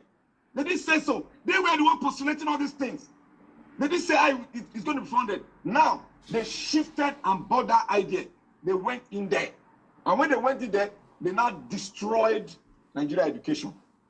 The private sector destroyed Nigeria education. Now, I want to ask Prof. Patotomi, Prof. I highly respect him. Now, in America, Harvard University is being given subsidy of $2 billion every year. That's true. From the federal government. Now, that is a country that is developed. Now, you are talking about underdeveloped country. You are removing subsidy on oil. You are removing subsidy on education. How are you going to make it? How? Tell me how. Is that not neocolonization? Is that not IMF postulate? Yes. Why is our prof buying that idea of bringing a, what they call it, a type of government that will stand, what do they call that government, Seth? I don't forget that. Shadow government. Shadow government. Shadow government is not our origin. It ain't gonna work. Because what we are doing today, we are shadowing the government. What you and I are doing today, we are shadowing the government. What Obi is doing today is shadowing the government. You don't bring something that is not us, that is not born by us, but something that is born by the Western world. You don't bring it into the African time. We have been telling all these professors every time. I don't tire for professors. To them. We have to Africanize our issue. It got to be local. If you if you take Panadol for sickle cell sickness, is it going to work? For where? That is what we have been telling our professors. If you read, try to postulate an ideal that will be localized in your country. That will work for us. That will work for us, for your people. I know this is the problem I have with this is the problem I have with the Western education, and that's why I'm very suspect of all professors.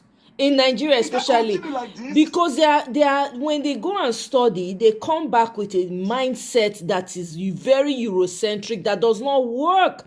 Now you're opening my eyes to the fact that this shadow government he's proposing really is a Western ideology. They're not asking themselves, does this work? We're already doing, and you rightly pointed it out, we're already doing it.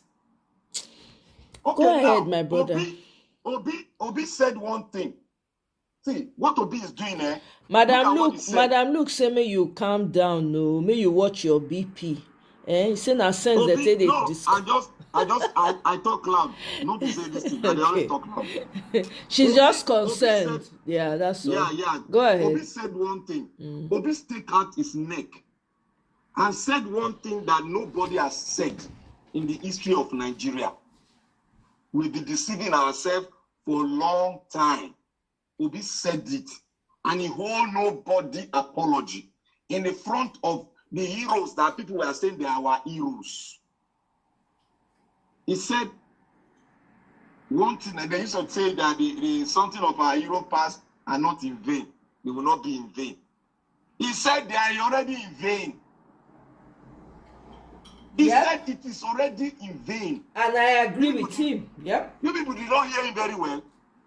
If you and I walk in Nigeria and say this word Obi said, we'll be in the prison. Exactly. I have said it here before. I've said it a number of times. I expect Pat Otomi, our prof, to be on the front line with Obi delivering lectures that will provoke the government. Exactly. You are right. Bam. What they should be doing. If we have 20 of Obi at his own class like this, we have 20 of them speaking from the north, speaking from the south, speaking from the middle belt. This government will pull it out. That is it. So why are we faking ourselves? Why are we deceiving ourselves? We want to be doing like Englishman, American man for Nigeria solution. We are deceiving ourselves now. Nigeria 65% of Nigerians are not educated. The generation we are bringing in that are coming now, they lack education and history. How are they going to function? When your education has been prioritized, how are they going to meet up with other countries?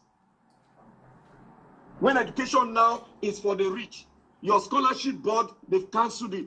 It's not meant for the rich. How are we going to move to the next century? That is a fundamental question. You want a nation, how are you going to do it? Is it by privatizing the whole thing? So the next thing you privatize the air we breathe. So these are the fundamental things, the pillar that Obi is trying to tell every one of us. Obi has already made up his mind. It's either I go down or this country will just forget it. That is why he remained fighting. That is why he said, if a man that is fighting for Nigeria can be fighting and everybody is isolating him, he don't even give a damn about it. Then Prophet Tommy will travel abroad. Presently, he's going to deliver he's going to launch his book. He's writing a book. Who, Pastor Tommy? I don't know now. Yes, he's writing. He said it himself. So, look at the expert book for it. Now that book now, the next thing we hear now true books that they get money now. We write book more they read. Meanwhile, you get the issue still for ground. You want to do 7 million naira. Who will they deceive? You want to do 7 million people walk. Who will they deceive? 7.2 million people to come out. How do you want to get 7.2 million? What have you done to be able to reach that place? Are you taking advantage of the average Nigerian who has been impoverished? Is that what you're trying to do? Or are you doing things out of your conviction that you want to a rebirth of a new Nigeria? We got to hear Professor Pat speaking towards it. You don't just come from the moon and say, oh, we want 7 million naira, 4 million people walk like you do for Abacha. Now collect money, everybody begin to dance, reggae dance. We should stop all these things. Let us be practical. Let us do things that will be practical. Let us do things that will be local. Let us do things that is indigenous to our own culture, so that we can have a solution. That is what Burkina Faso president is doing. 34 years old man, the 34 years old guy that is the future of Burkina Faso. That is the future of Africa. I have an idea of what perhaps this thing that you just brought up now, why Professor Patutomi may be doing what he's doing. You know, with Ibrahim Traore coming out and the entire African youth rallying behind him, see how popular he's become, right? A lot of these Westerners have become very afraid of what the outcome is looking like. So now, whether we like it or not, Nigerians are the glorified slaves for these Oyibo people. They do the job very well. And most of these people that have studied in the West come with their own Western ideology. You'll be surprised. They've reached out to their agents within Nigeria to tell them, oh, make this happen, make that happen. You know, someone's at my door. Let me see. 1 second, guys.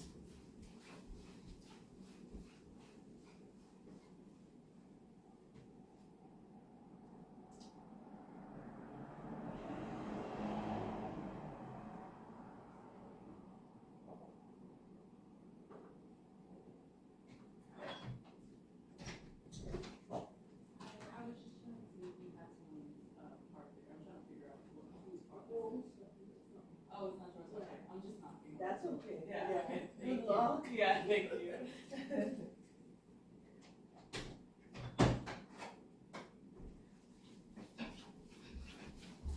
Okay, sorry about that, guys.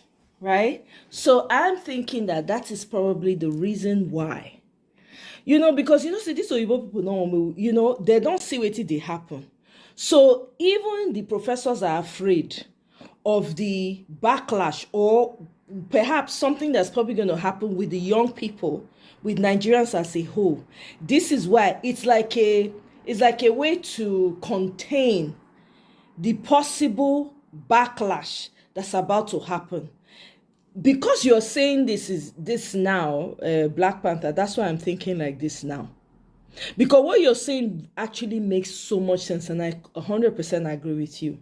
We're always trying to look outside of ourselves to solve our problems. Look at what Ibrahim Traore is doing. It doesn't take much. The guy just be ingenious. Road when they make, he employ all the young youth, all of them. They are all part of building that road. I don't understand. I have a problem with professors in Nigeria. Honestly, we educated people in Nigeria. I really have a problem.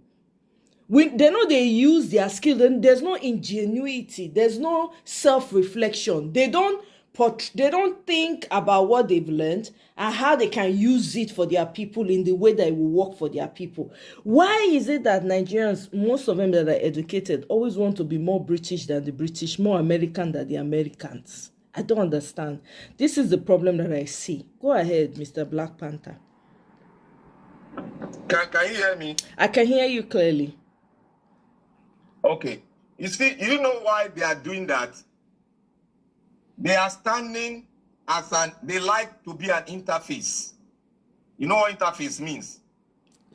What do you mean interface? They like interface. Now, like, okay, you have a system in your house, and you want to put an internet. Mm-hmm. You know that hub? What did they put for your house? Yeah. That is a link between the provider and you. Okay. That's an interface. An interface is like a middleman that can jump to this side when it favors him and jump to this side when it does not favor him. Bam. So he's not losing. His capital is what is secured. Right. So that is what a lot of our professors are doing. That is why they can never be indigenous. Because they like to play, they like to become an host. Yes. To any interference. Yes. To any subject. Welcoming. They love to be the host because they are interface.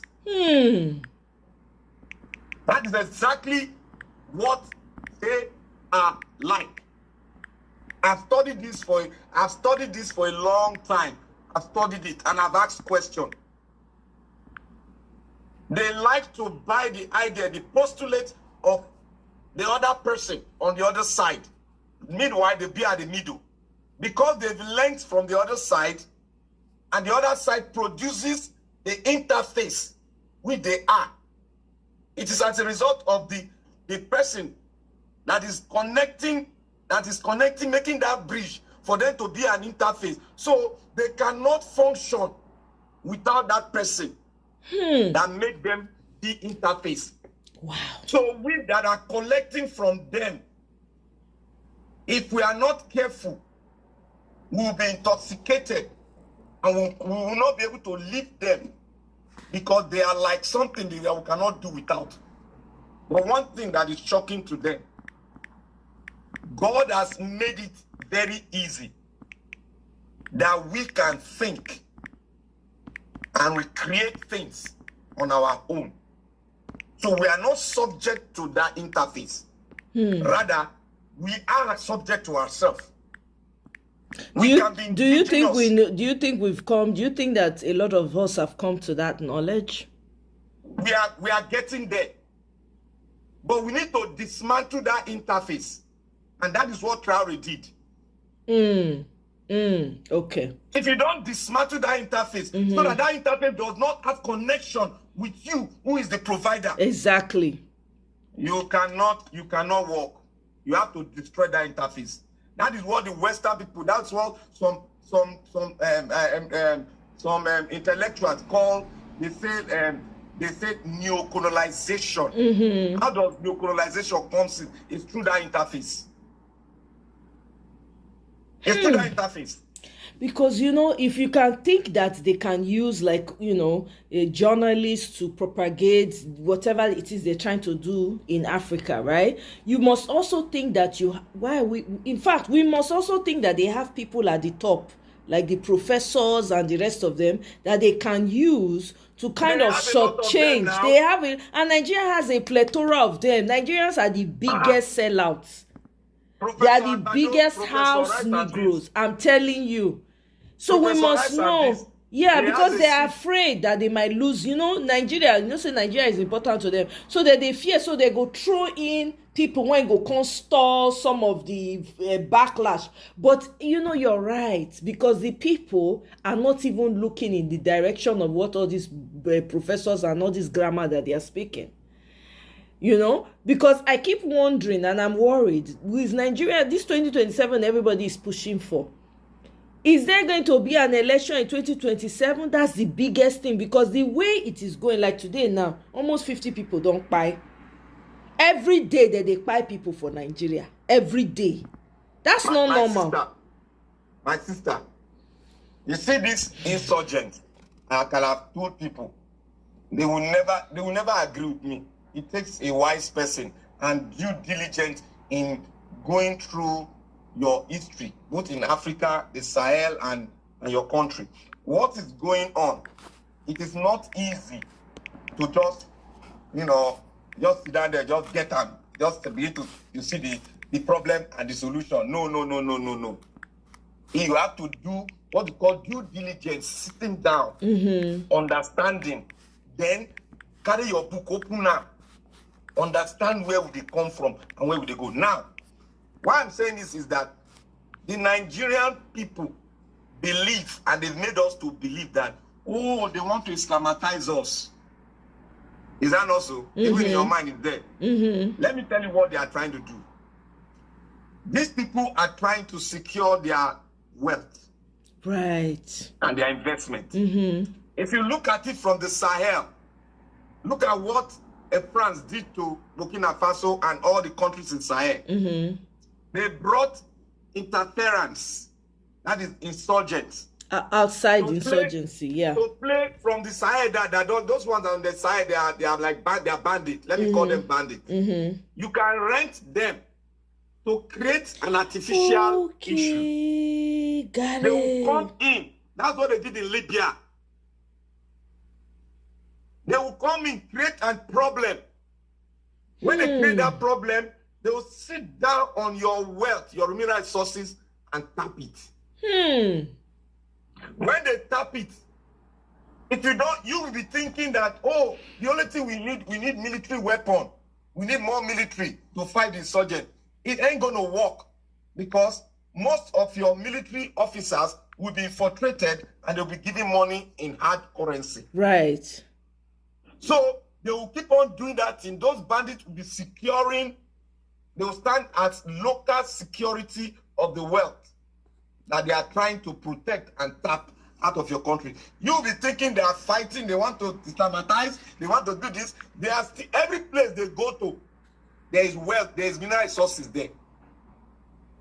Every place this bandit they go to, there's mineral resources there. Remember when VDM visited a place, he carried the soil and he said, this is not ordinary soil. This is a mineral resources that is cutting in this environment. Right. They drove the people out and secured that place. And what happened? They started tapping into the mineral resources there. Go and look at it. It's not all this name they called it.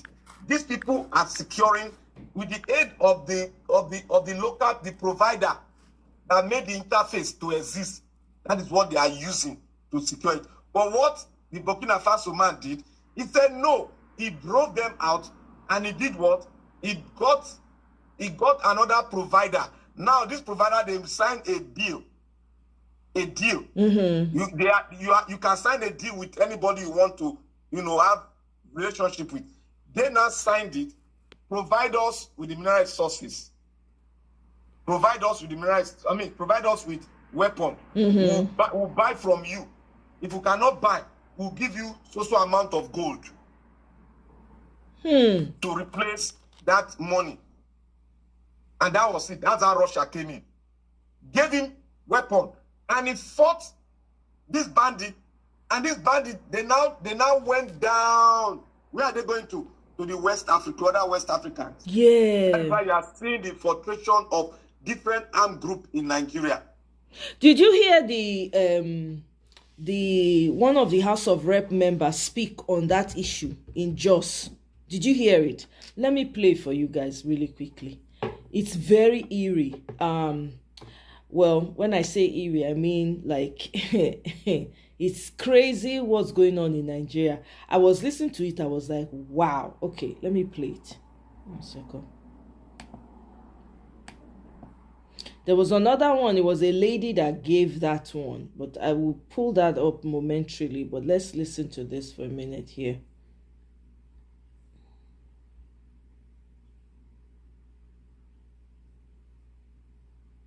Bugatti. I'm from Plateau State. Mr. Speaker, you will only understand the heaviness of the content of this motion if we are privileged to see the picture of what Boko Haram did to Giwa barracks and other attacks within military formations in Borno State. Mr. Speaker, the pictures I saw, I'm scared. I am scared whether the safety of the Nigerian civilians within the Nigerian territorial land can be guaranteed. Mr. Speaker, we budgeted for money, arms and ammunitions, tanks numbering more than 40, including other platforms that belongs to the Nigerian military that is aimed at safeguarding our people have been taken away worth trillions of naira by Boko Haram. How can we guarantee the safety of the Nigerian people in the circumstance that the platform that are meant to protect these people have been taken away by the enemies of the people? Mr. Speaker, we have been doing our best under your leadership. The National Assembly have been speaking on issues of insecurity. But Mr. Speaker, actions by departments of government must be taken. Mr. President must hold Nigerian military strategic commandants and other head of security agencies accountable for negligence of their responsibility. In as much as we appreciate, Mr. Speaker, the security agencies for putting their life at the front line to protect Nigerians, to make sure Nigerians sleep, we must hold somebody accountable. that taxpayers' money used to buy guns, used to buy other platform for Nigerian military to fight, will be compromised and be donated like a form of free of charge to the enemies of this country. Mr. Speaker, this is unacceptable. So, I don't hear him. Abi? You see what they talk so? Mm-hmm. You hear them? I dey hear him now. You see now, all the equipment they bought, the insurgents have damaged them or take them. Yes. How did they know? Because these are top secrets. How did they know where to go and get those items? Mm-hmm. It is because most of the generals you have now, that is why sometimes I don't know why they are giving people general. Most of the generals you see today, they have the ultimate power. They all live by budget. All the generals you have in Nigeria, they bring forth their budget to federal government, and government give them the money. All what they are doing, they are getting money from two sides. They are getting from the federal government, who does not know the game that is happening. Those generals you see, they are getting money from the external forces that are conniving to milk our resources. Yes. That is why you can never find an end to the insurgent. And this same thing happened to Burkina Faso. If you want to know, go history, they there. This thing I'm saying, it happened to Burkina Faso. That was why Thomas Sankara came in, they killed him, and that was why this man came in. Because when he came in, he said all the things that they used in fighting war, that the budget, they didn't see it. And their soldiers were fine anyhow. When he came in, this is the first time Burkina Faso will buy military equipment, and they will show it to the entire citizen. And you know one funny thing that is happening in Burkina Faso now? Let me give you that information. Go fact check me. And then every citizen of Burkina Faso has sworn every night they are doing what is called Citizen Watch Night. I know, I'm aware of that. That they sleep for roundabouts. They take turns. They sleep for roundabouts. That is the mentality of a revolution. Yes. If they see something, they go quickly go report, prepare themselves. That is why I told many Nigerians, they say, oh, the Nigerian military, they totally infiltrated them. It's because you lack knowledge. They call it Nepios. Go and look how they infiltrated the military of Burkina Faso. They did it such in a way that if you talk against the president, you are going to jail. But what happened? People like Thomas Sankara and people like Ibrahim got awakened and they take over. This is the revolution you see. People say, you cannot look. The military are the last hope that we have. When the country is not secure, they are the last hope. People say the military is not good. The worst civilian regime is worse than the military regime. Go and look at what your constitution say about the military. If there is any interference in the territorial integrity, they step in. If the president, commander-in-chief cannot do anything, they incapacitate him.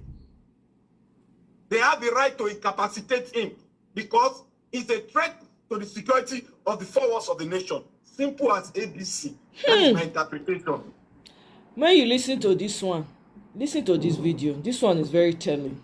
From Borno State, Mr. Speaker, thank you for the opportunity to contribute to this all very important issue that is on the floor of the House.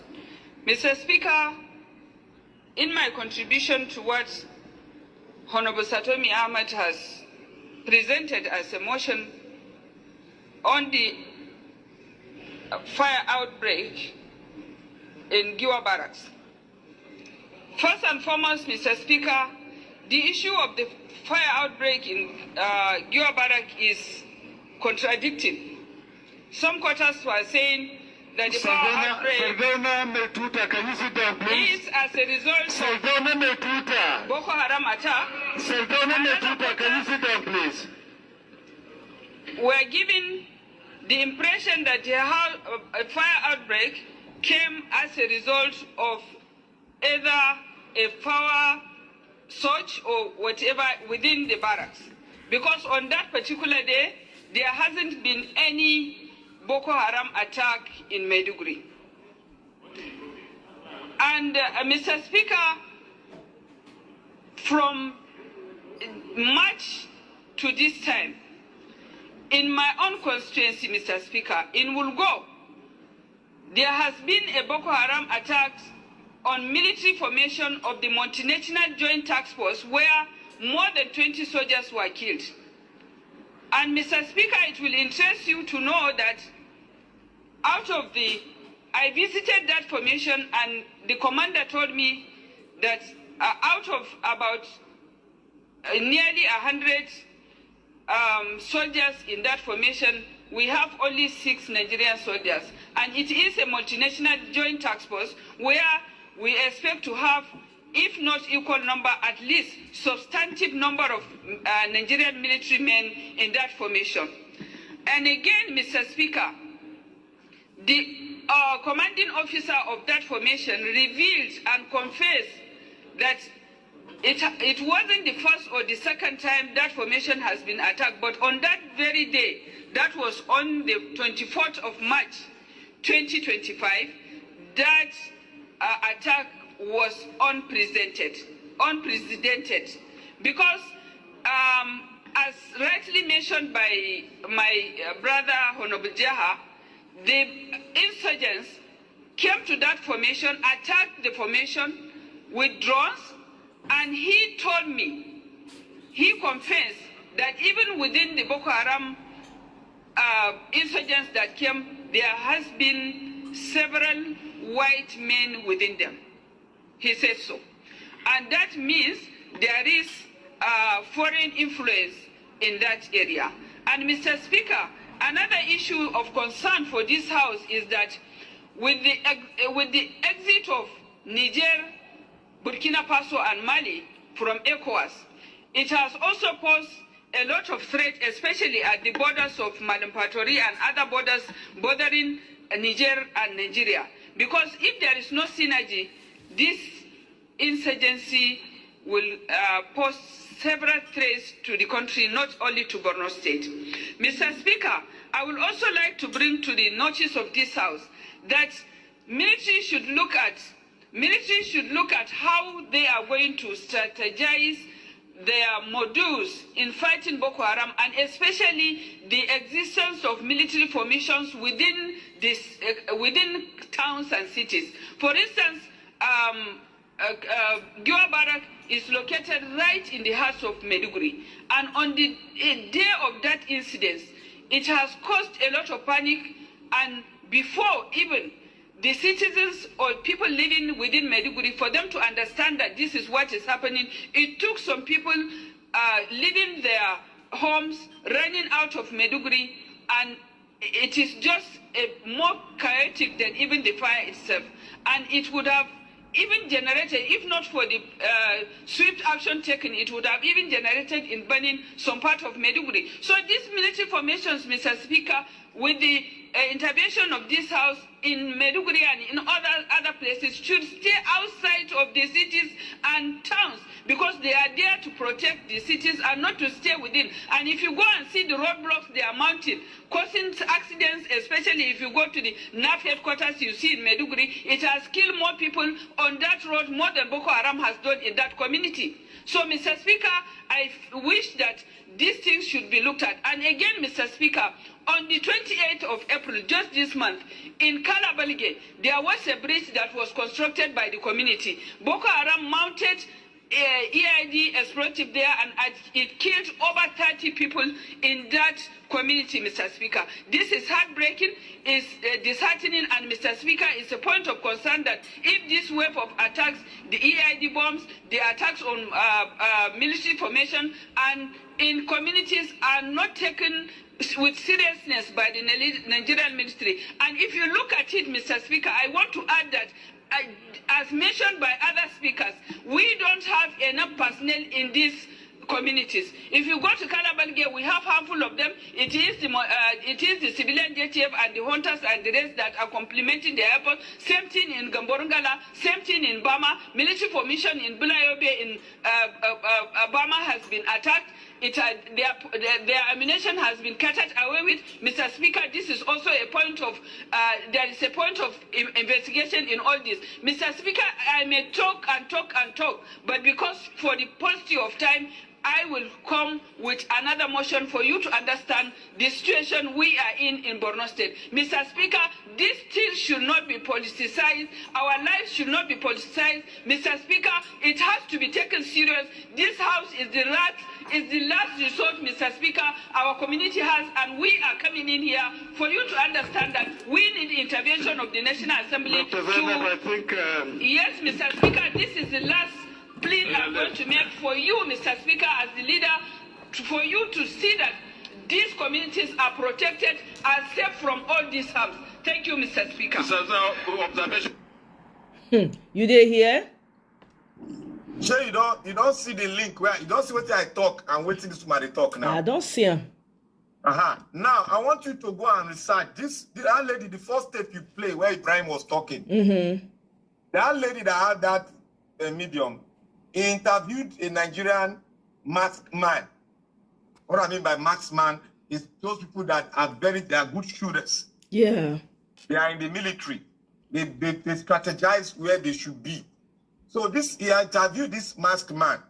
This guy was he was in the front of the warfare, and he went with them on a COVID operation. This guy was taking down a lot of the Boko Haram. He said he does not miss one bullet, must meet one person. This is the word he said. That lady interviewed him, and it was a phone call. Then you know what happened? Sorry, go ahead. Military personnel now shot him at his right shoulder. I remember that. Yeah, I remember that. Shot him. Yeah. And the guy said, the generals, all of them, they are involved in this thing. Yes. They've inculcated some military personnel into this issue. It's a game. That is why I told Nigeria, you don't know what is going on. Even the House of Rep member that is talking, she don't know what they don't go far. If Nigerian president is serious, he has to retire all the military generals, arrest all of them, put them in jail first, leave them there. Then he has to go all out. All the generals retire, all of them in the military retire, every one of them. Go on the colonel and the captain, let them be there. Then let us see. When he buys equipment, let him not buy equipment from any of these colonial people. Let him go to Russia and buy equipment. You will see what will happen. You will see what will happen now. What is happening in Nigeria was the same thing that was happening to Burkina Faso. You remember he said one thing, that there is foreign interference. Yes. You not see it? You see what I'm saying? The whole thing doesn't make sense, Abi. Nigerians, you got to understand what is going on in your country. Agbado, the president, said, they asked him, what security thing do you have for the north? He said, that area is not a good area. You want them to kill me? I remember that one. So that means he knows, his friend, they dear now. He knows say France, they link everything up they have said now. If Nigerians are wise, link it up. Hey! Thank you. Oh, salo boy. Hey! Joe, Madam Muhenya, where we want to start? We are in deep trouble. Except my God. Have one revolution. Heavy one. To come. Damn all the consequences. Take all of them down. I'm telling you. This is wild. With all these things, you know what, we will come out of it. We will. We just need to know what we're doing. We will come out of it. We will. We will definitely come out because they've never succeed before. Yeah. Even the insurgent, they've never succeed before. Yeah. So they are just in mere tools and interference tools for the Western world to dismantle any great nation along the west coast of Africa. That's it. They don't do that to South Africa. The Southern Africa, they don't go there. If you imagine now, it's only the western coast of Africa. They are all in the Sahel. They are involved now. They want to dismantle because that's where the mineral resources base of Africa is. Exactly. Exactly. So that's why they're working overnight to ensure that they stall everything. They just put insurgents. As they get insurgents for Sudan, the same thing for West Africa, the Sahel. They don't lose Mali, Niger, and Burkina Faso. Now it don't they pain them. France not they rest again. I hear say a lot of people lost their jobs recently for France because all the money when they get for free before, they know they see them again. France don't have anything now. No. The entire gold, 75% of gold that is gotten from the Western Sahel, all the countries that the French has colonized, 75% of that gold is in the treasury of the French government. Is it there online? You not hear waiting one of them talk. One of the French people say, wetin dem dey call am, say Macron na him mess up, na him f up o, say all the na him cause am when all of us come open our eye now. Na so the man talk, say make dem get rid of Macron. Idale, remember the king of all them, the king of all the colonizers, they are there. Now silently, they are Great Britain. And they don't go leave that now. Where would they shout to? They don't go leave and like except we cut their hand come out. We need to cut them. We go cut them. Anybody when put hand, we go cut them. If not that one, you need to. We not fit keep quiet now forever. Make I play Dr. Naji. This thing interview. Kene okay. Make we hear wetin they want talk. Can you suggest this one? I say because I say wait, stop. It go work. You're not gonna accept that ridiculous offer for your. Now I make am say Nigeria go work. So let's see. I hope say this heat no go disturb am.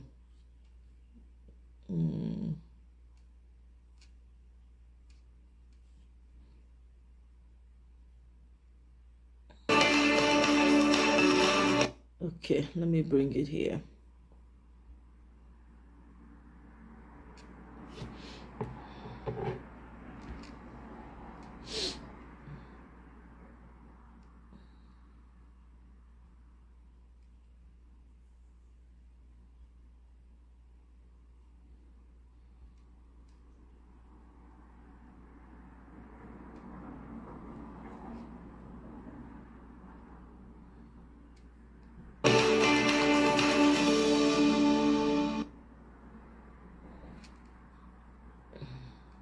Come on now. The resumption this week of lawmakers in the House of Representatives.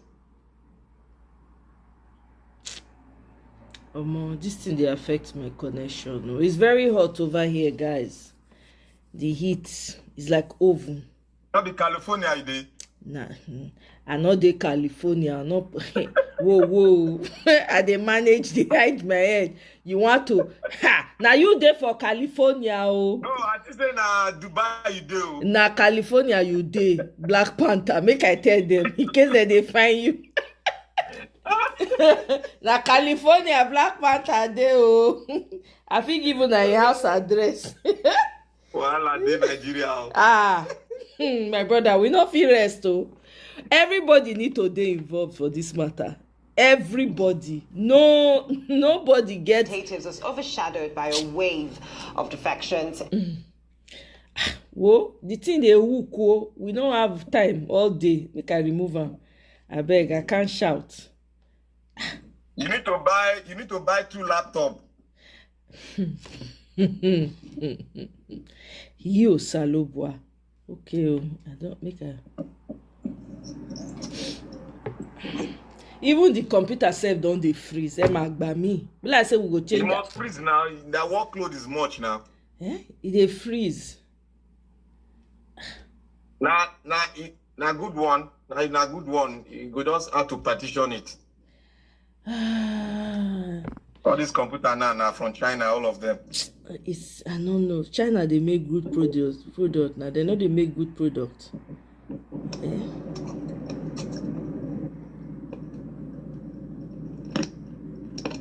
As 2 lawmakers from Enugu State okay. left the Labour I don't Party come out for People's Democratic. I beg, not be me and them.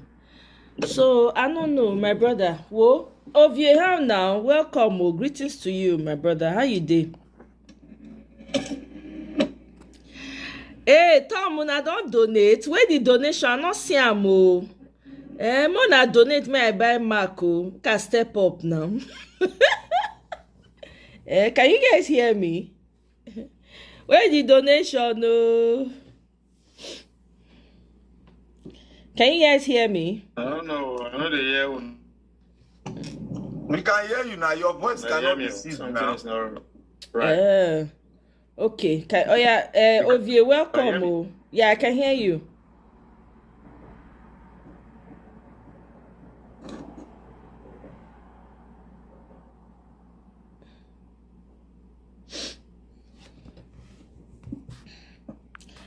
Can you guys hear me?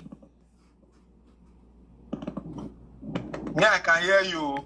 Ovie, we know they hear you. Oh.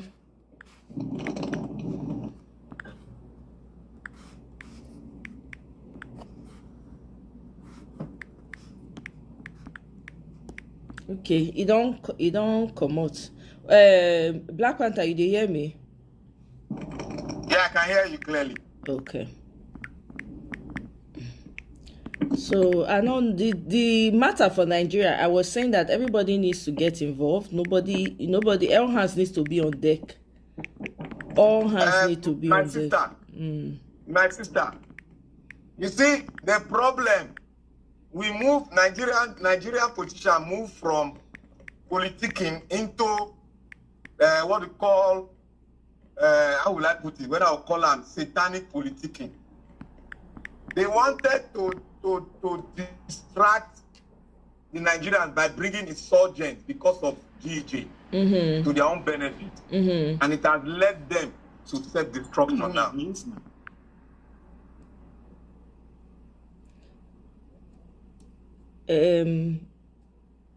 Are you still hearing me? My village people are not happy with you. Nah. I don't know what you did there. Hey, be like say now you go there expose me to my village people view. You better take your time. Welcome, my brother. Happy Saturday. Hey, una they hear me? Okay. I hear you now. I want to talk. Ovie don't come out again. Be like say Ovie village people they worry Ovie. The network no good. It happened to me one day. Like maybe rain they fall when I was thunderstorm. Yeah. So what I was saying is that all hands need to be on deck for waiting with the talk. By the way, really quickly, thanks to Peter Aka. Okay, the guy. Let me share the video here. He has been able to submit the electoral reform, right? That he took to the National Assembly. We were all here when he went to do it. So let me bring it so we can do the video. He met with Ireti. And Ireti wrote a very flowery something. I will read it after this. Okay, fellow Nigerians, just immediately we put out the message calling on the FCT Senator Ireti Kingigbe to assist Nigerians in the petition we have already submitted to the leadership of the National Assembly. The senator herself reached out and has called us to come and meet with her to hear directly what exactly are the concerns and what we want. And that is why we are standing here right now with Senator Ireti Kingigbe, senator representing the FCT. Ma, thank you very much for this, for the opportunity to listen to us. Our requests are not many. Nigerians need an opportunity to be able to elect their leaders, and if they fail to perform, for us to be able to vote them out. We believe that the arrogance of politicians is in a criminal and corrupt electoral system, and that is why this fight is what Nigerians want to take. And we know that with your help as a senator and also in the Senate Committee on Electoral Reform, that your voice is instrumental. And just as you have done with every other assignment since you assumed office in your 2 years, your records are there. I follow them personally. We see what you are doing, and we believe that you will not be tired. And whatever you will do to advance this cause, both at the committee level and at the House, at the Senate floor, to help us get this electoral reform, to reform INEC for Nigerian youth.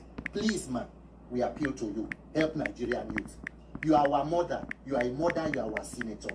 and we are calling upon you. Nigerian youth, we are like children who have been left as orphans for predators to prey on us. Whatever you can, man, do this as your gift to Nigerian youth, and we will never forget this, man. Thank you. As I said, I try as much as possible to respond to my constituents when they call on me, and that's why I reached out to say, come, what are you screaming my name for? Come and tell me what is bothering you. Let me know. And give me a copy of this petition. Let me follow it up with the leadership of the National Assembly and with the committee. So, on behalf of NACO, that's the Nigeria Electoral Reform Coalition, which is a body that embodies most of the Nigerian youth organizations, religious bodies across Nigeria. We are officially now, and I'm the convener, and I'm officially handing over the petition to you. I'm believing, as our mouthpiece has spoken already, our PRO, that the words, the work that you have already started, that you will press down on this for us and help the Nigerian people to get this work done. And we will be grateful. Thank you. I promise, and as I've always done, I will do my best. As I said, I come with a lot of goodwill for the people. I will do my best to see what can be done. All wisdom and grace to you, man. Thank you, man. So he met with her one-on-one, and he submitted it. Yeah, even though 2027 is far, we gotta be doing things ahead of time. Nothing wrong with preparing ahead of time. We cannot wait till last minute. We need to be putting all ducks in a row for those of us that are waiting for 2027 election. Okay, so however way we see them, whoever survived 2027 survived 2027. Now so rich. But this is funny. Eh? It isn't a rat hole, all of us do now. What you mean? Like, this is how you say whoever survived rat. Now whoever survived, now it's a good talk. See, let me say one thing towards this bill. Where this guy commits so. See, Ovie, I don't know what happened to you. Come back, oh. I added you, but you know, can't show again. Go ahead, sir. I thank God that this is our brother who has been talking and walking, and all is on the ground. Bam. May God bless him. Yeah, Peter Aka, that's his name. Yeah. For starting from a point. Yes. You know, instead of, we know. Go ahead. We know they might not do anything. Exactly. But he has done one thing that even our enemy will not say we have not done anything. So I just want to thank him for taking that step, that our professors and the so-called loud voice of Nigeria sat down taking bribes all over the place, saying that you can go to university with $500 in Nigeria, saying that Nigeria is this, that America is expensive, Nigeria is cheap. You people, shame to all of you. Shame. That a man, that this is a boy, a patriot that loves his country. Black Panther. Yeah. Ovie, I don't know what they do. Bless your village people, they chase you from Akoko Edo. Ha, I don't know what to tell you. Eh? He dey break. He dey come enter studio, they come out, they enter studio. Ovie, wait till you do your village people. You never go. Hey, you not send them money. All those people when they send you, may you send them money. You not go send them money. Now they attack you so. May you go do it, sir. May you go do it, sir. I hope so you they hear so that they go let you enter panel. He keeps coming in and the network keeps kicking him out. The day after him today. The day after him, for real. They say you, for where you when we ask for money as things hard for Nigeria, you know they answer us. You want to talk. Make we see as you want to talk the talk now. Eh? But my sister, let's be serious now. Yes. You see the electoral bill that he brought in. Ireti Kigibe cannot do nada. Of course, we know. Because Ireti Kigibe knows the problem. but she cannot bring the bill up because, example, you see, that lady that was so bold that fought the president was Natasha. Senator Natasha. Yes. Do you know why they suspended Senator Natasha? Senator Natasha was speaking on what we finally industrialize the Nigerian space, and thereby Africa, the whole of entire West Africa will be industrialized. That is this rolling steel mill that have got well over $600 billion. Somebody say, Tom says, Ireti is a minority member, her stance holds no water. Bam. It has no water now. That is why I know now that it has no water. Because the majority will always have their own way. So, and Agbado will never, because he has already, he will change the next man now to Black Panther, may we let Ovie talk before they kick him out again. Ovie, you don't pull libation for grand, may they let you talk.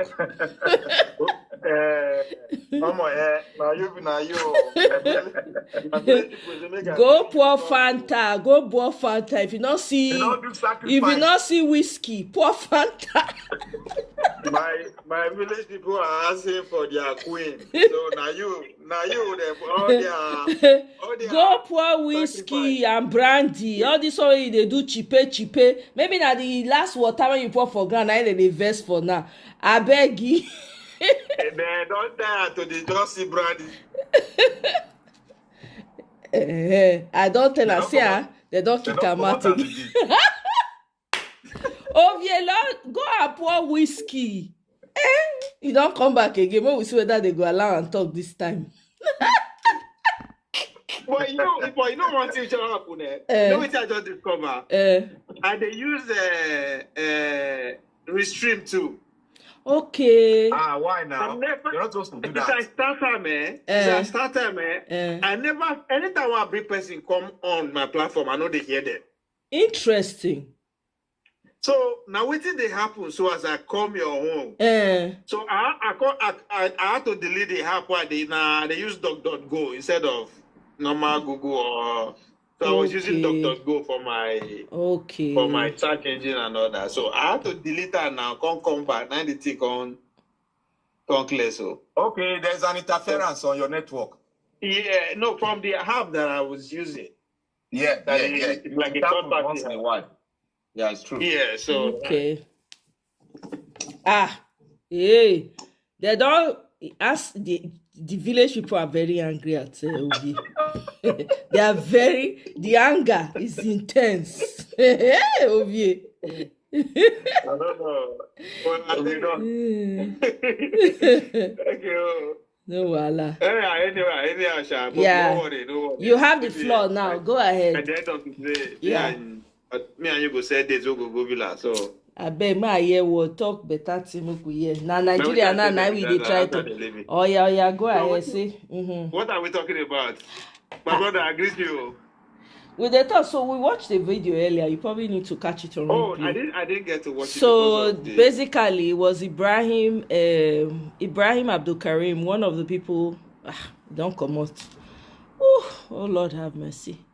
Okay.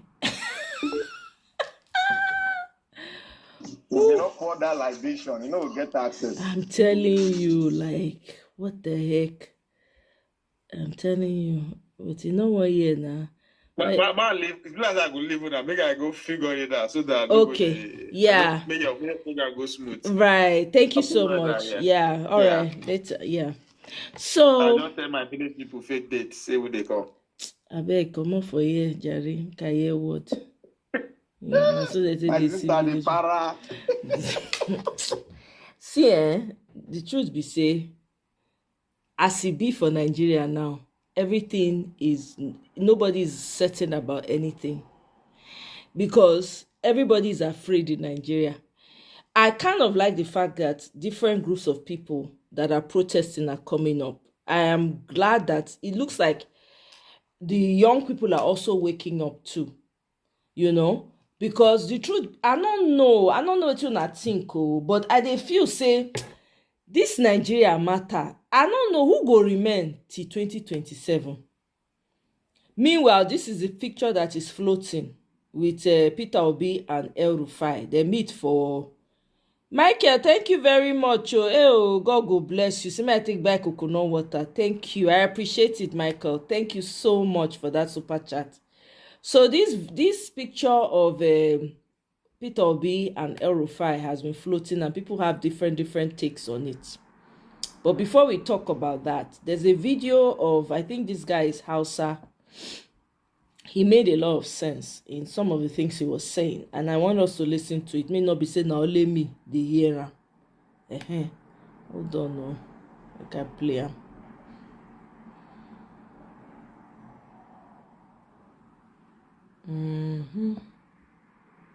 I will play Daily Pharaoh to me. There's a video by Daily Pharaoh to me I also would like to share with you guys. Man.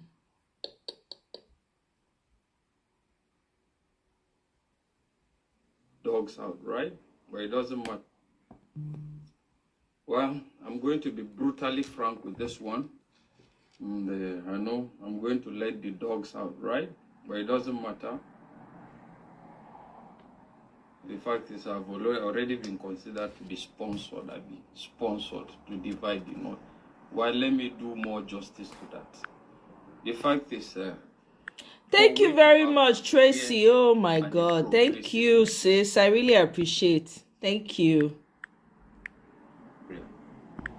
Northern politicians will have to stay off power for at least 15 to 20 years. Now the year? That is just the truth. Because let's face it, what has Northern leadership brought to even the North itself? Nothing but abject poverty, insecurity, religious intolerance. And let's face it, the glamour for all this one North, true Northerner, we are all Northerners, I just feel is geared towards one thing. What is that thing? Grabbing back power from Emiloko. Well, the fact is, as it turns out to be, Emiloko seems to be very good at his game. Very good. Like 20 steps ahead. In short, this is one of the most interesting elections that I am looking up to seeing. Because for the very first time, the Northerners have been conditioned into a situation that they don't know the way around it.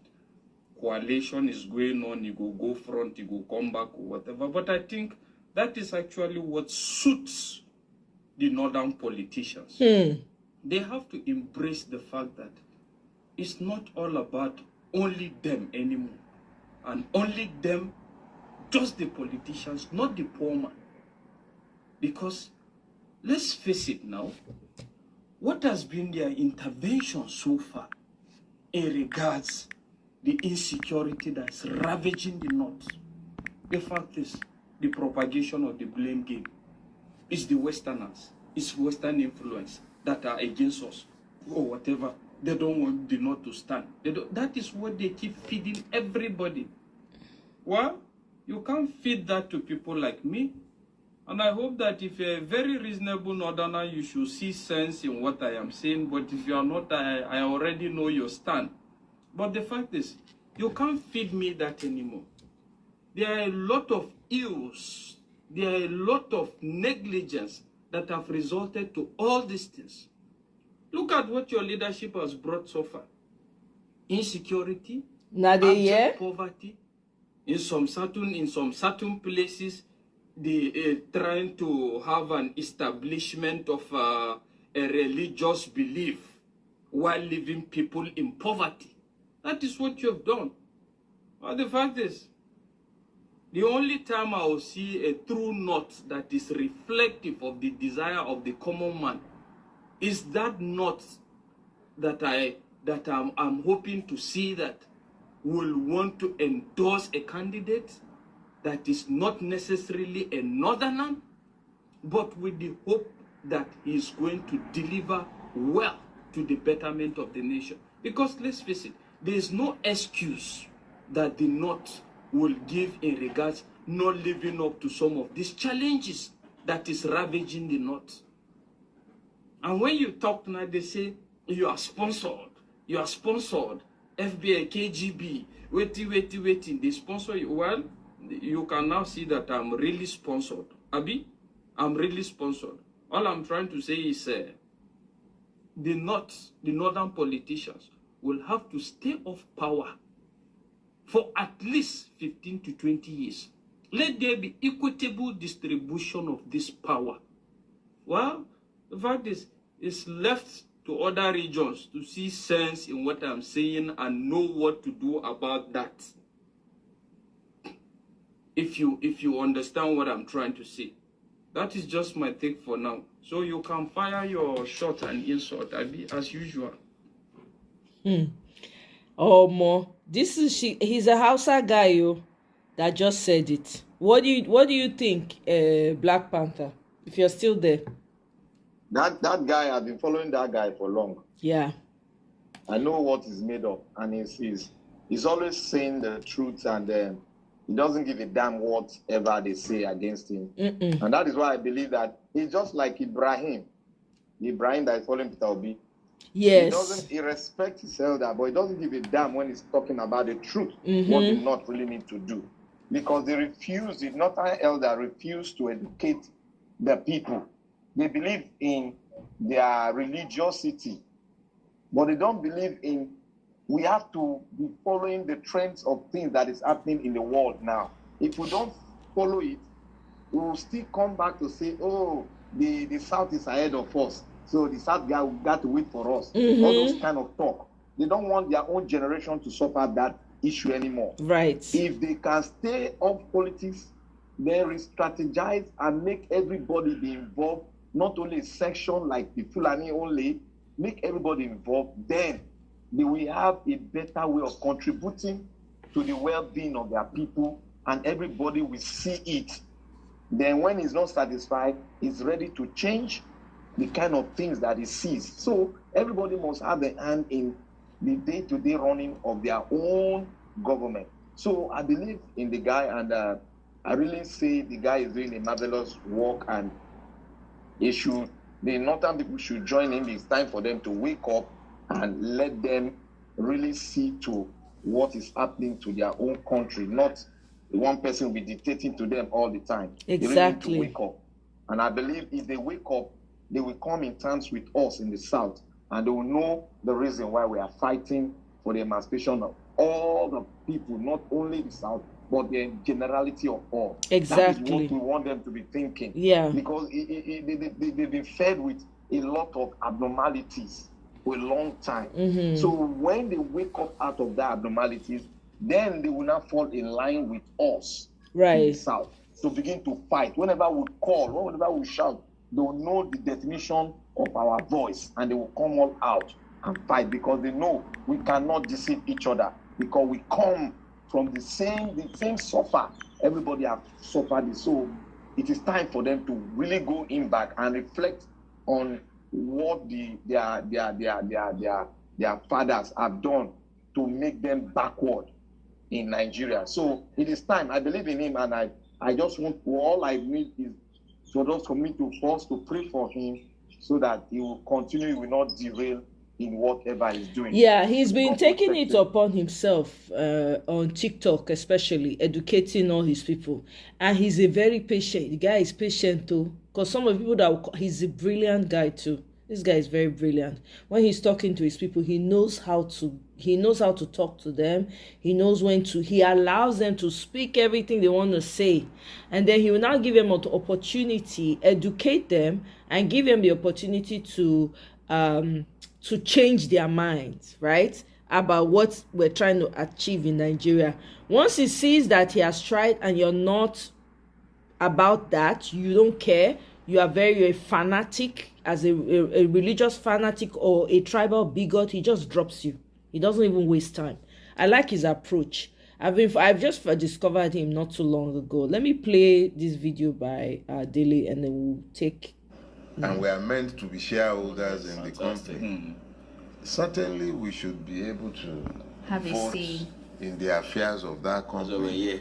Those of you who have any knowledge of law, you'll be familiar with the force and apoku rule. Yeah, he's a lawyer. Yeah, exactly. So at a minimum, even if I'm a minority shareholder in the company, as long as I'm a shareholder, my rights are deserving of protection. Exactly. But no Nigerian right is protected. I agree, sir.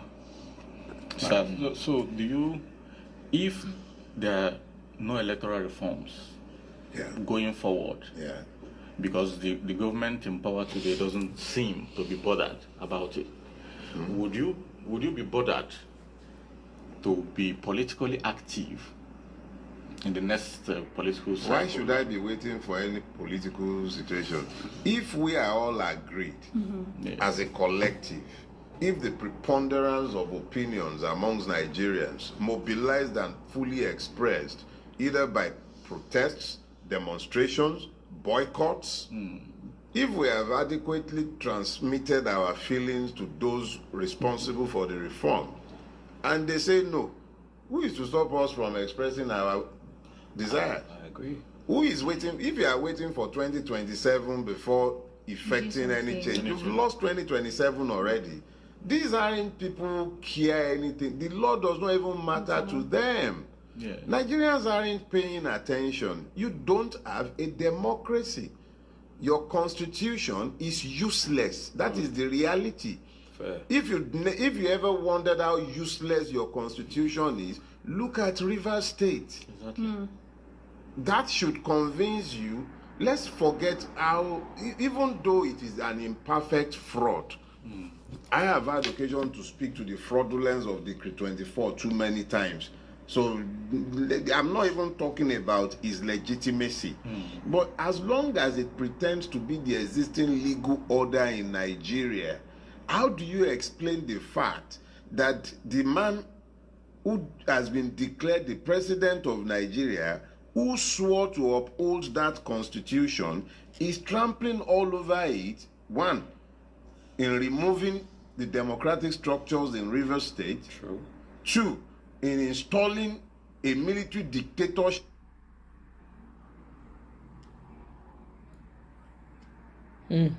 Because that is exactly what it is in Rivers State. True.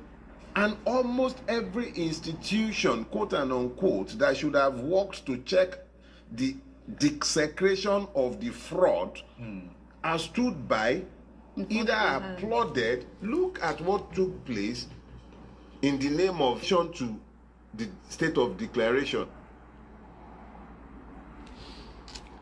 So what do you think about what he said there, Black Panther? I think we have been clamoring on this issue of the state of the constitution. And we've been saying it that the republic that we are seeing today has ended. That is what Shidili is trying to see.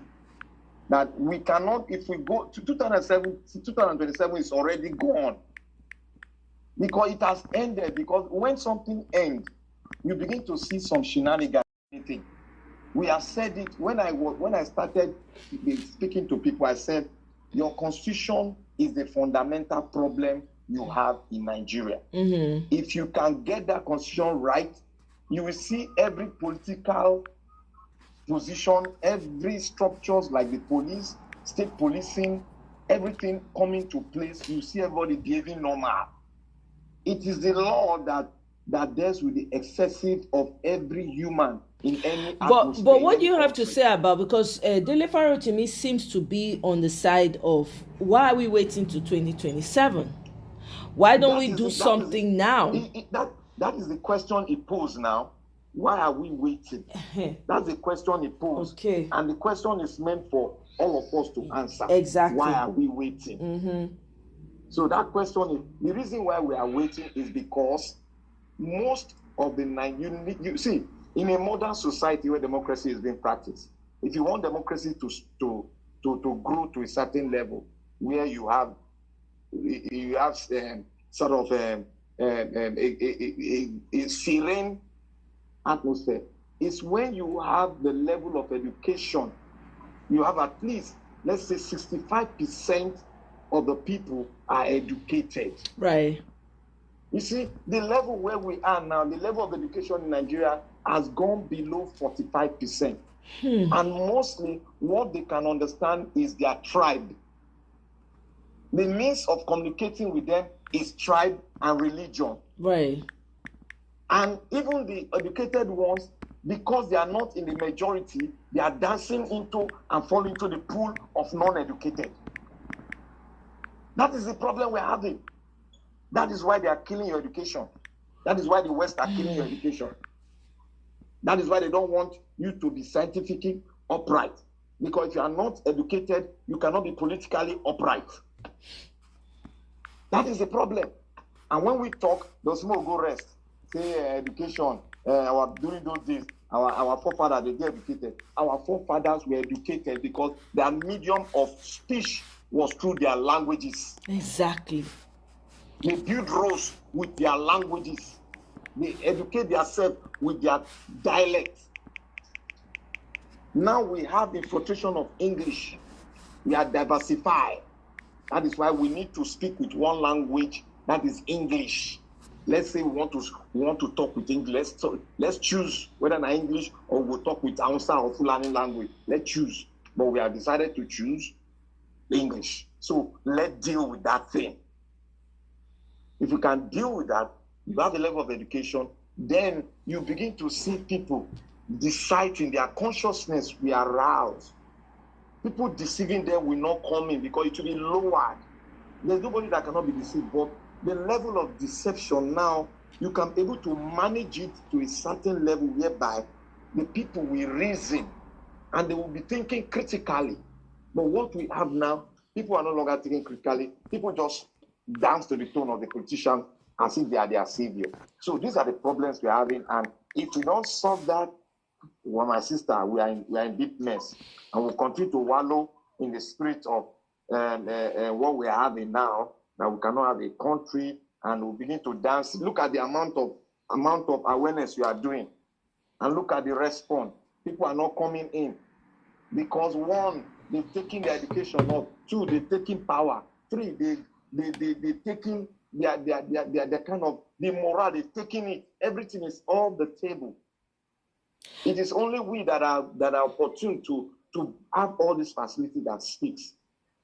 Yeah, so I have two streams going on at the same time. So there are a lot of people on the other stream.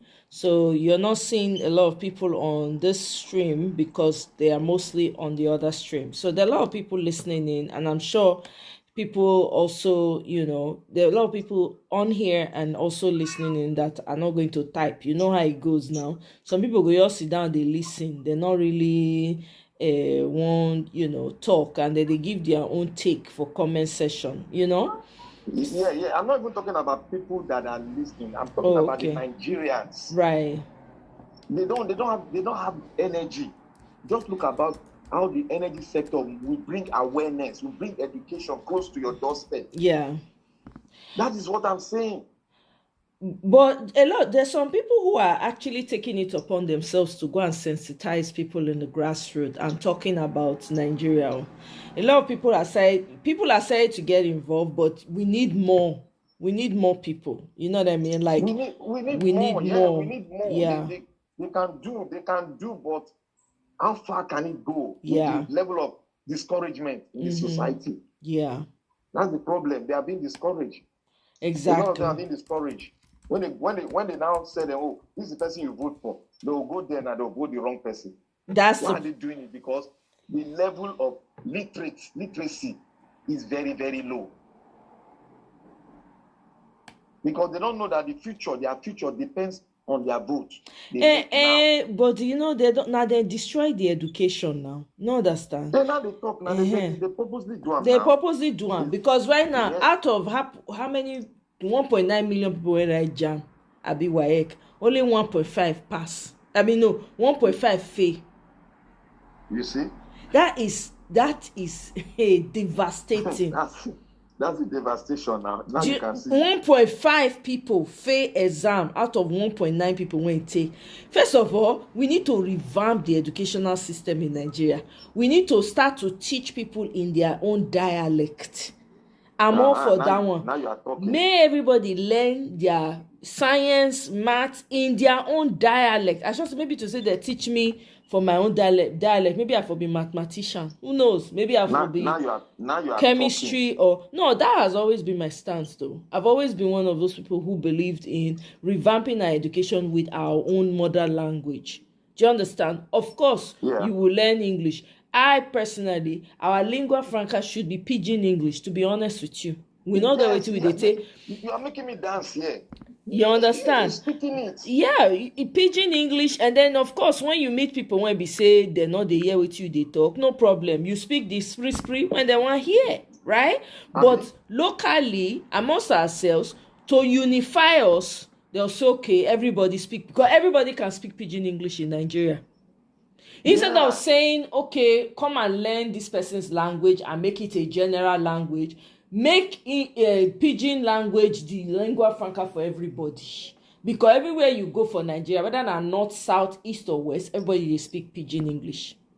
There will be different variations, but everybody they speak pidgin English. Then in your own different communities, you teach your subjects in the native dialect. You go get, even if lesson are pidgin, you say they teach them, right?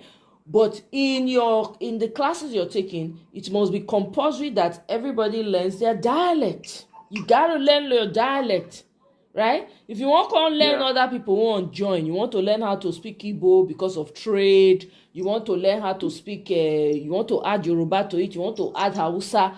I mean, we went to me. I did the Hausa in secondary school. Hausa, Yoruba in secondary school, and Igbo. I did it in secondary school. You understand? So there's a lot that needs to change. Even our lawyers, I've said it, I've been saying it for a long time. Those wig and gown, they're supposed to dig hole, pack everything, put for inside, put fire, burn everything to the ground. May everybody use their native fabric. If you are from, let's say for us, from Edona, for instance, we will use our native cloths. You understand? You dey Benin, you go use your native, that Ada and Ibe. Take and sew, they'll know so this one a lawyer from Benin. You come Esaland, this they go use their Okpu, right? Now they call them Ogbulu. Now they call the cloth. You use your Ogbulu, sew gown. They'll say, okay, this one a lawyer from Esan. You understand? You go to the west, they get different ashoke.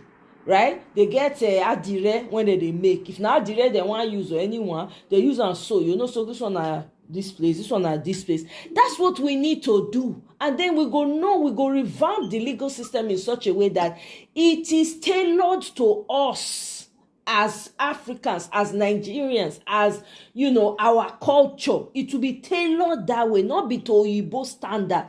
We already had, our ancestors already had laws that they were following. How about taking those instead of always follow copy? Okay, for instance, look at the AMVCA awards, whatever that is been buzzing all over. People are going to. That thing are just copy and paste. It's like the award shows you watch here. It's copy and paste. Everybody wants to draw flamboyantly. You are taking this thing. They give you award. You are speaking English. To me, it's very exhausting. I don't know. So there's a lot of revamping that needs to take place. But all that will only happen if we have the right type of leaders with a vision. School is not supposed to be taught the way school is done in Nigeria. It's not supposed to be like that.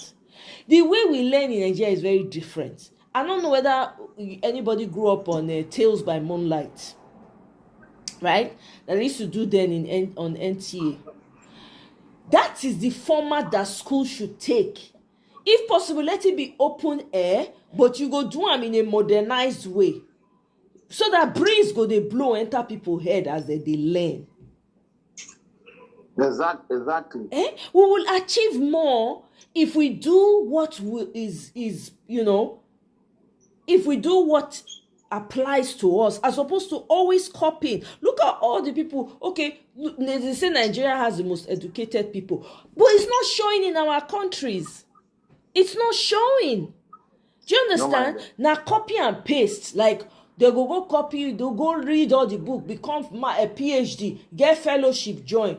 But come and do something for your people, you know, go fit. When you reach there, you want to speak English for your people. You know, we don't do that where I came from. You know where I'm coming from. You know, big manism. I came from here. This is how we used to do it. Why don't you? You don't know how to serve water properly. Go and put it. You know, copy.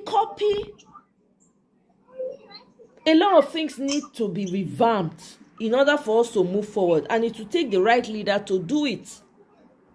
You know, so I don't know if you get anything to add, Black Panther. Make I wrap up the show. I think what you said is you're saying the right thing, and then it's just a matter of time. Our leadership, people that has a like mind, will understand exactly what you're saying. So that is just it. I have to say we have said enough, and we pray many people they listen and they adhere to it. It's a matter of you coming. If you don't like it, you can improve on what we have said. Exactly. And let us see if we can find a way forward.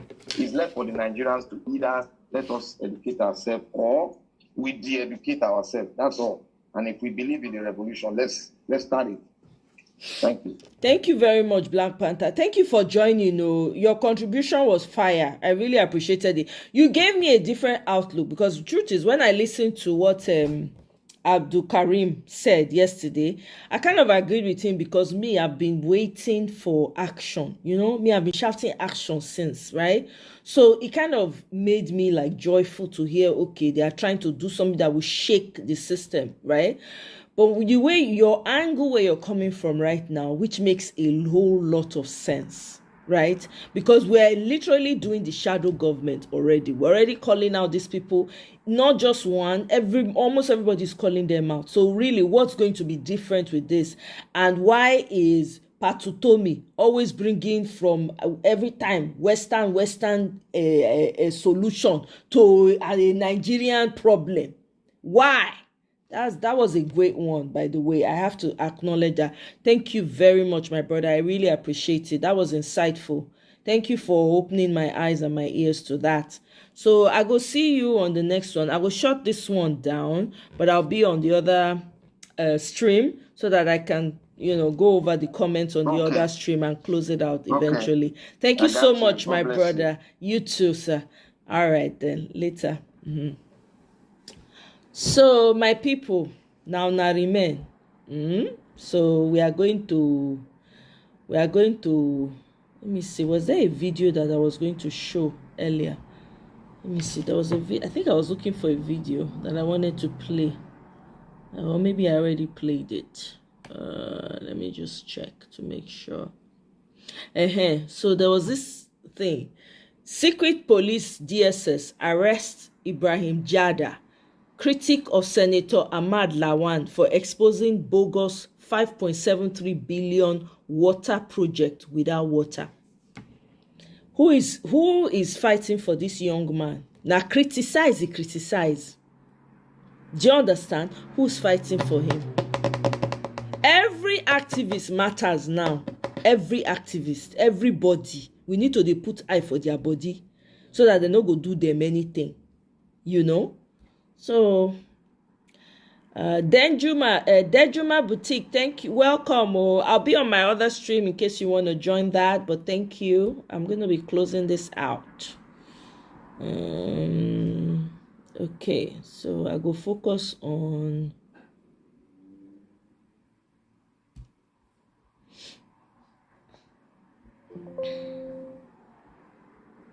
Let's see here.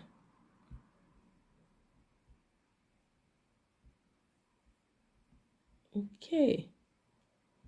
All right. So maybe we'll go do that Peter Obi live some other time. Okay, let me see. Let me catch up on the comment section. Oh my God.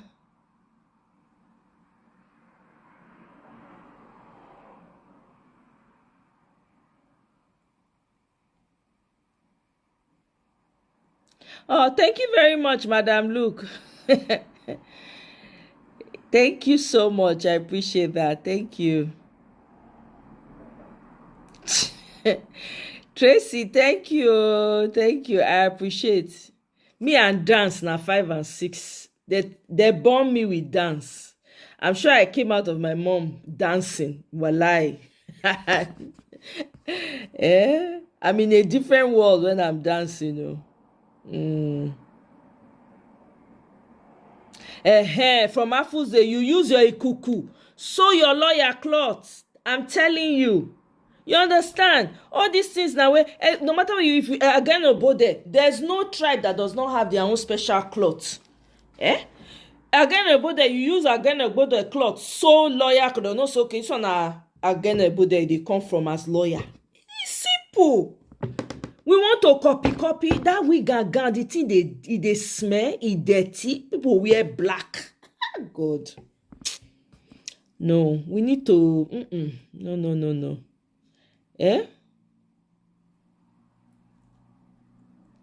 To master those barrister clothes. I'm telling you. Hey,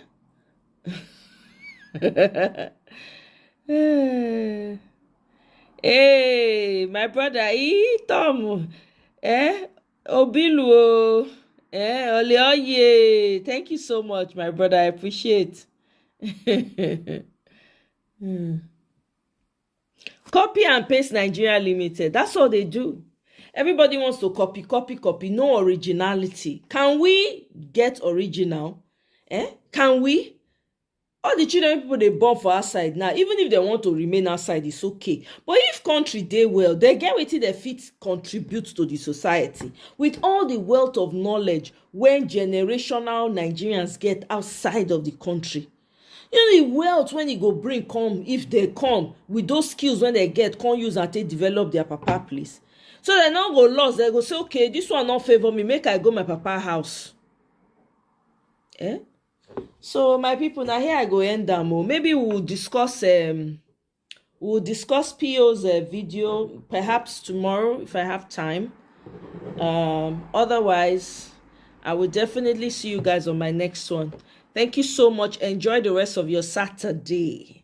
Take it easy. Or kick back and relax. Today na Saturday. Moon are not stress on ourselves. All right then. Thank you so much, Tom. I appreciate. Oh, I really appreciate. Thank you, my brother. I really appreciate. Tracy, thank you. Michael, thank you so much. Oh, I appreciate. Michael, greet over for me. Oh, Walele, thank you. Kene, my village brother of life. Thank you so much. Who else? Oh, Ovie could not make it to the panel. Sorry, too bad, Ovie. You have to go and pour libation to your people. So next time, they will let you enter the panel. Oh my God. Who else was here? Make I make sure that I don't miss anybody. Rich man, thank you very much. Brother from Jamaica. Madam Luke, thank you very much. I appreciate you. B. Palmer, thank you so much. Guys, it was really... I had fun. I'm glad I played it. Emil, thank you. I hope you're having a great Saturday. So, everybody, thank you. Now, here we'll go wrap them up. Until next time, we can enjoy on our weekend. Bye.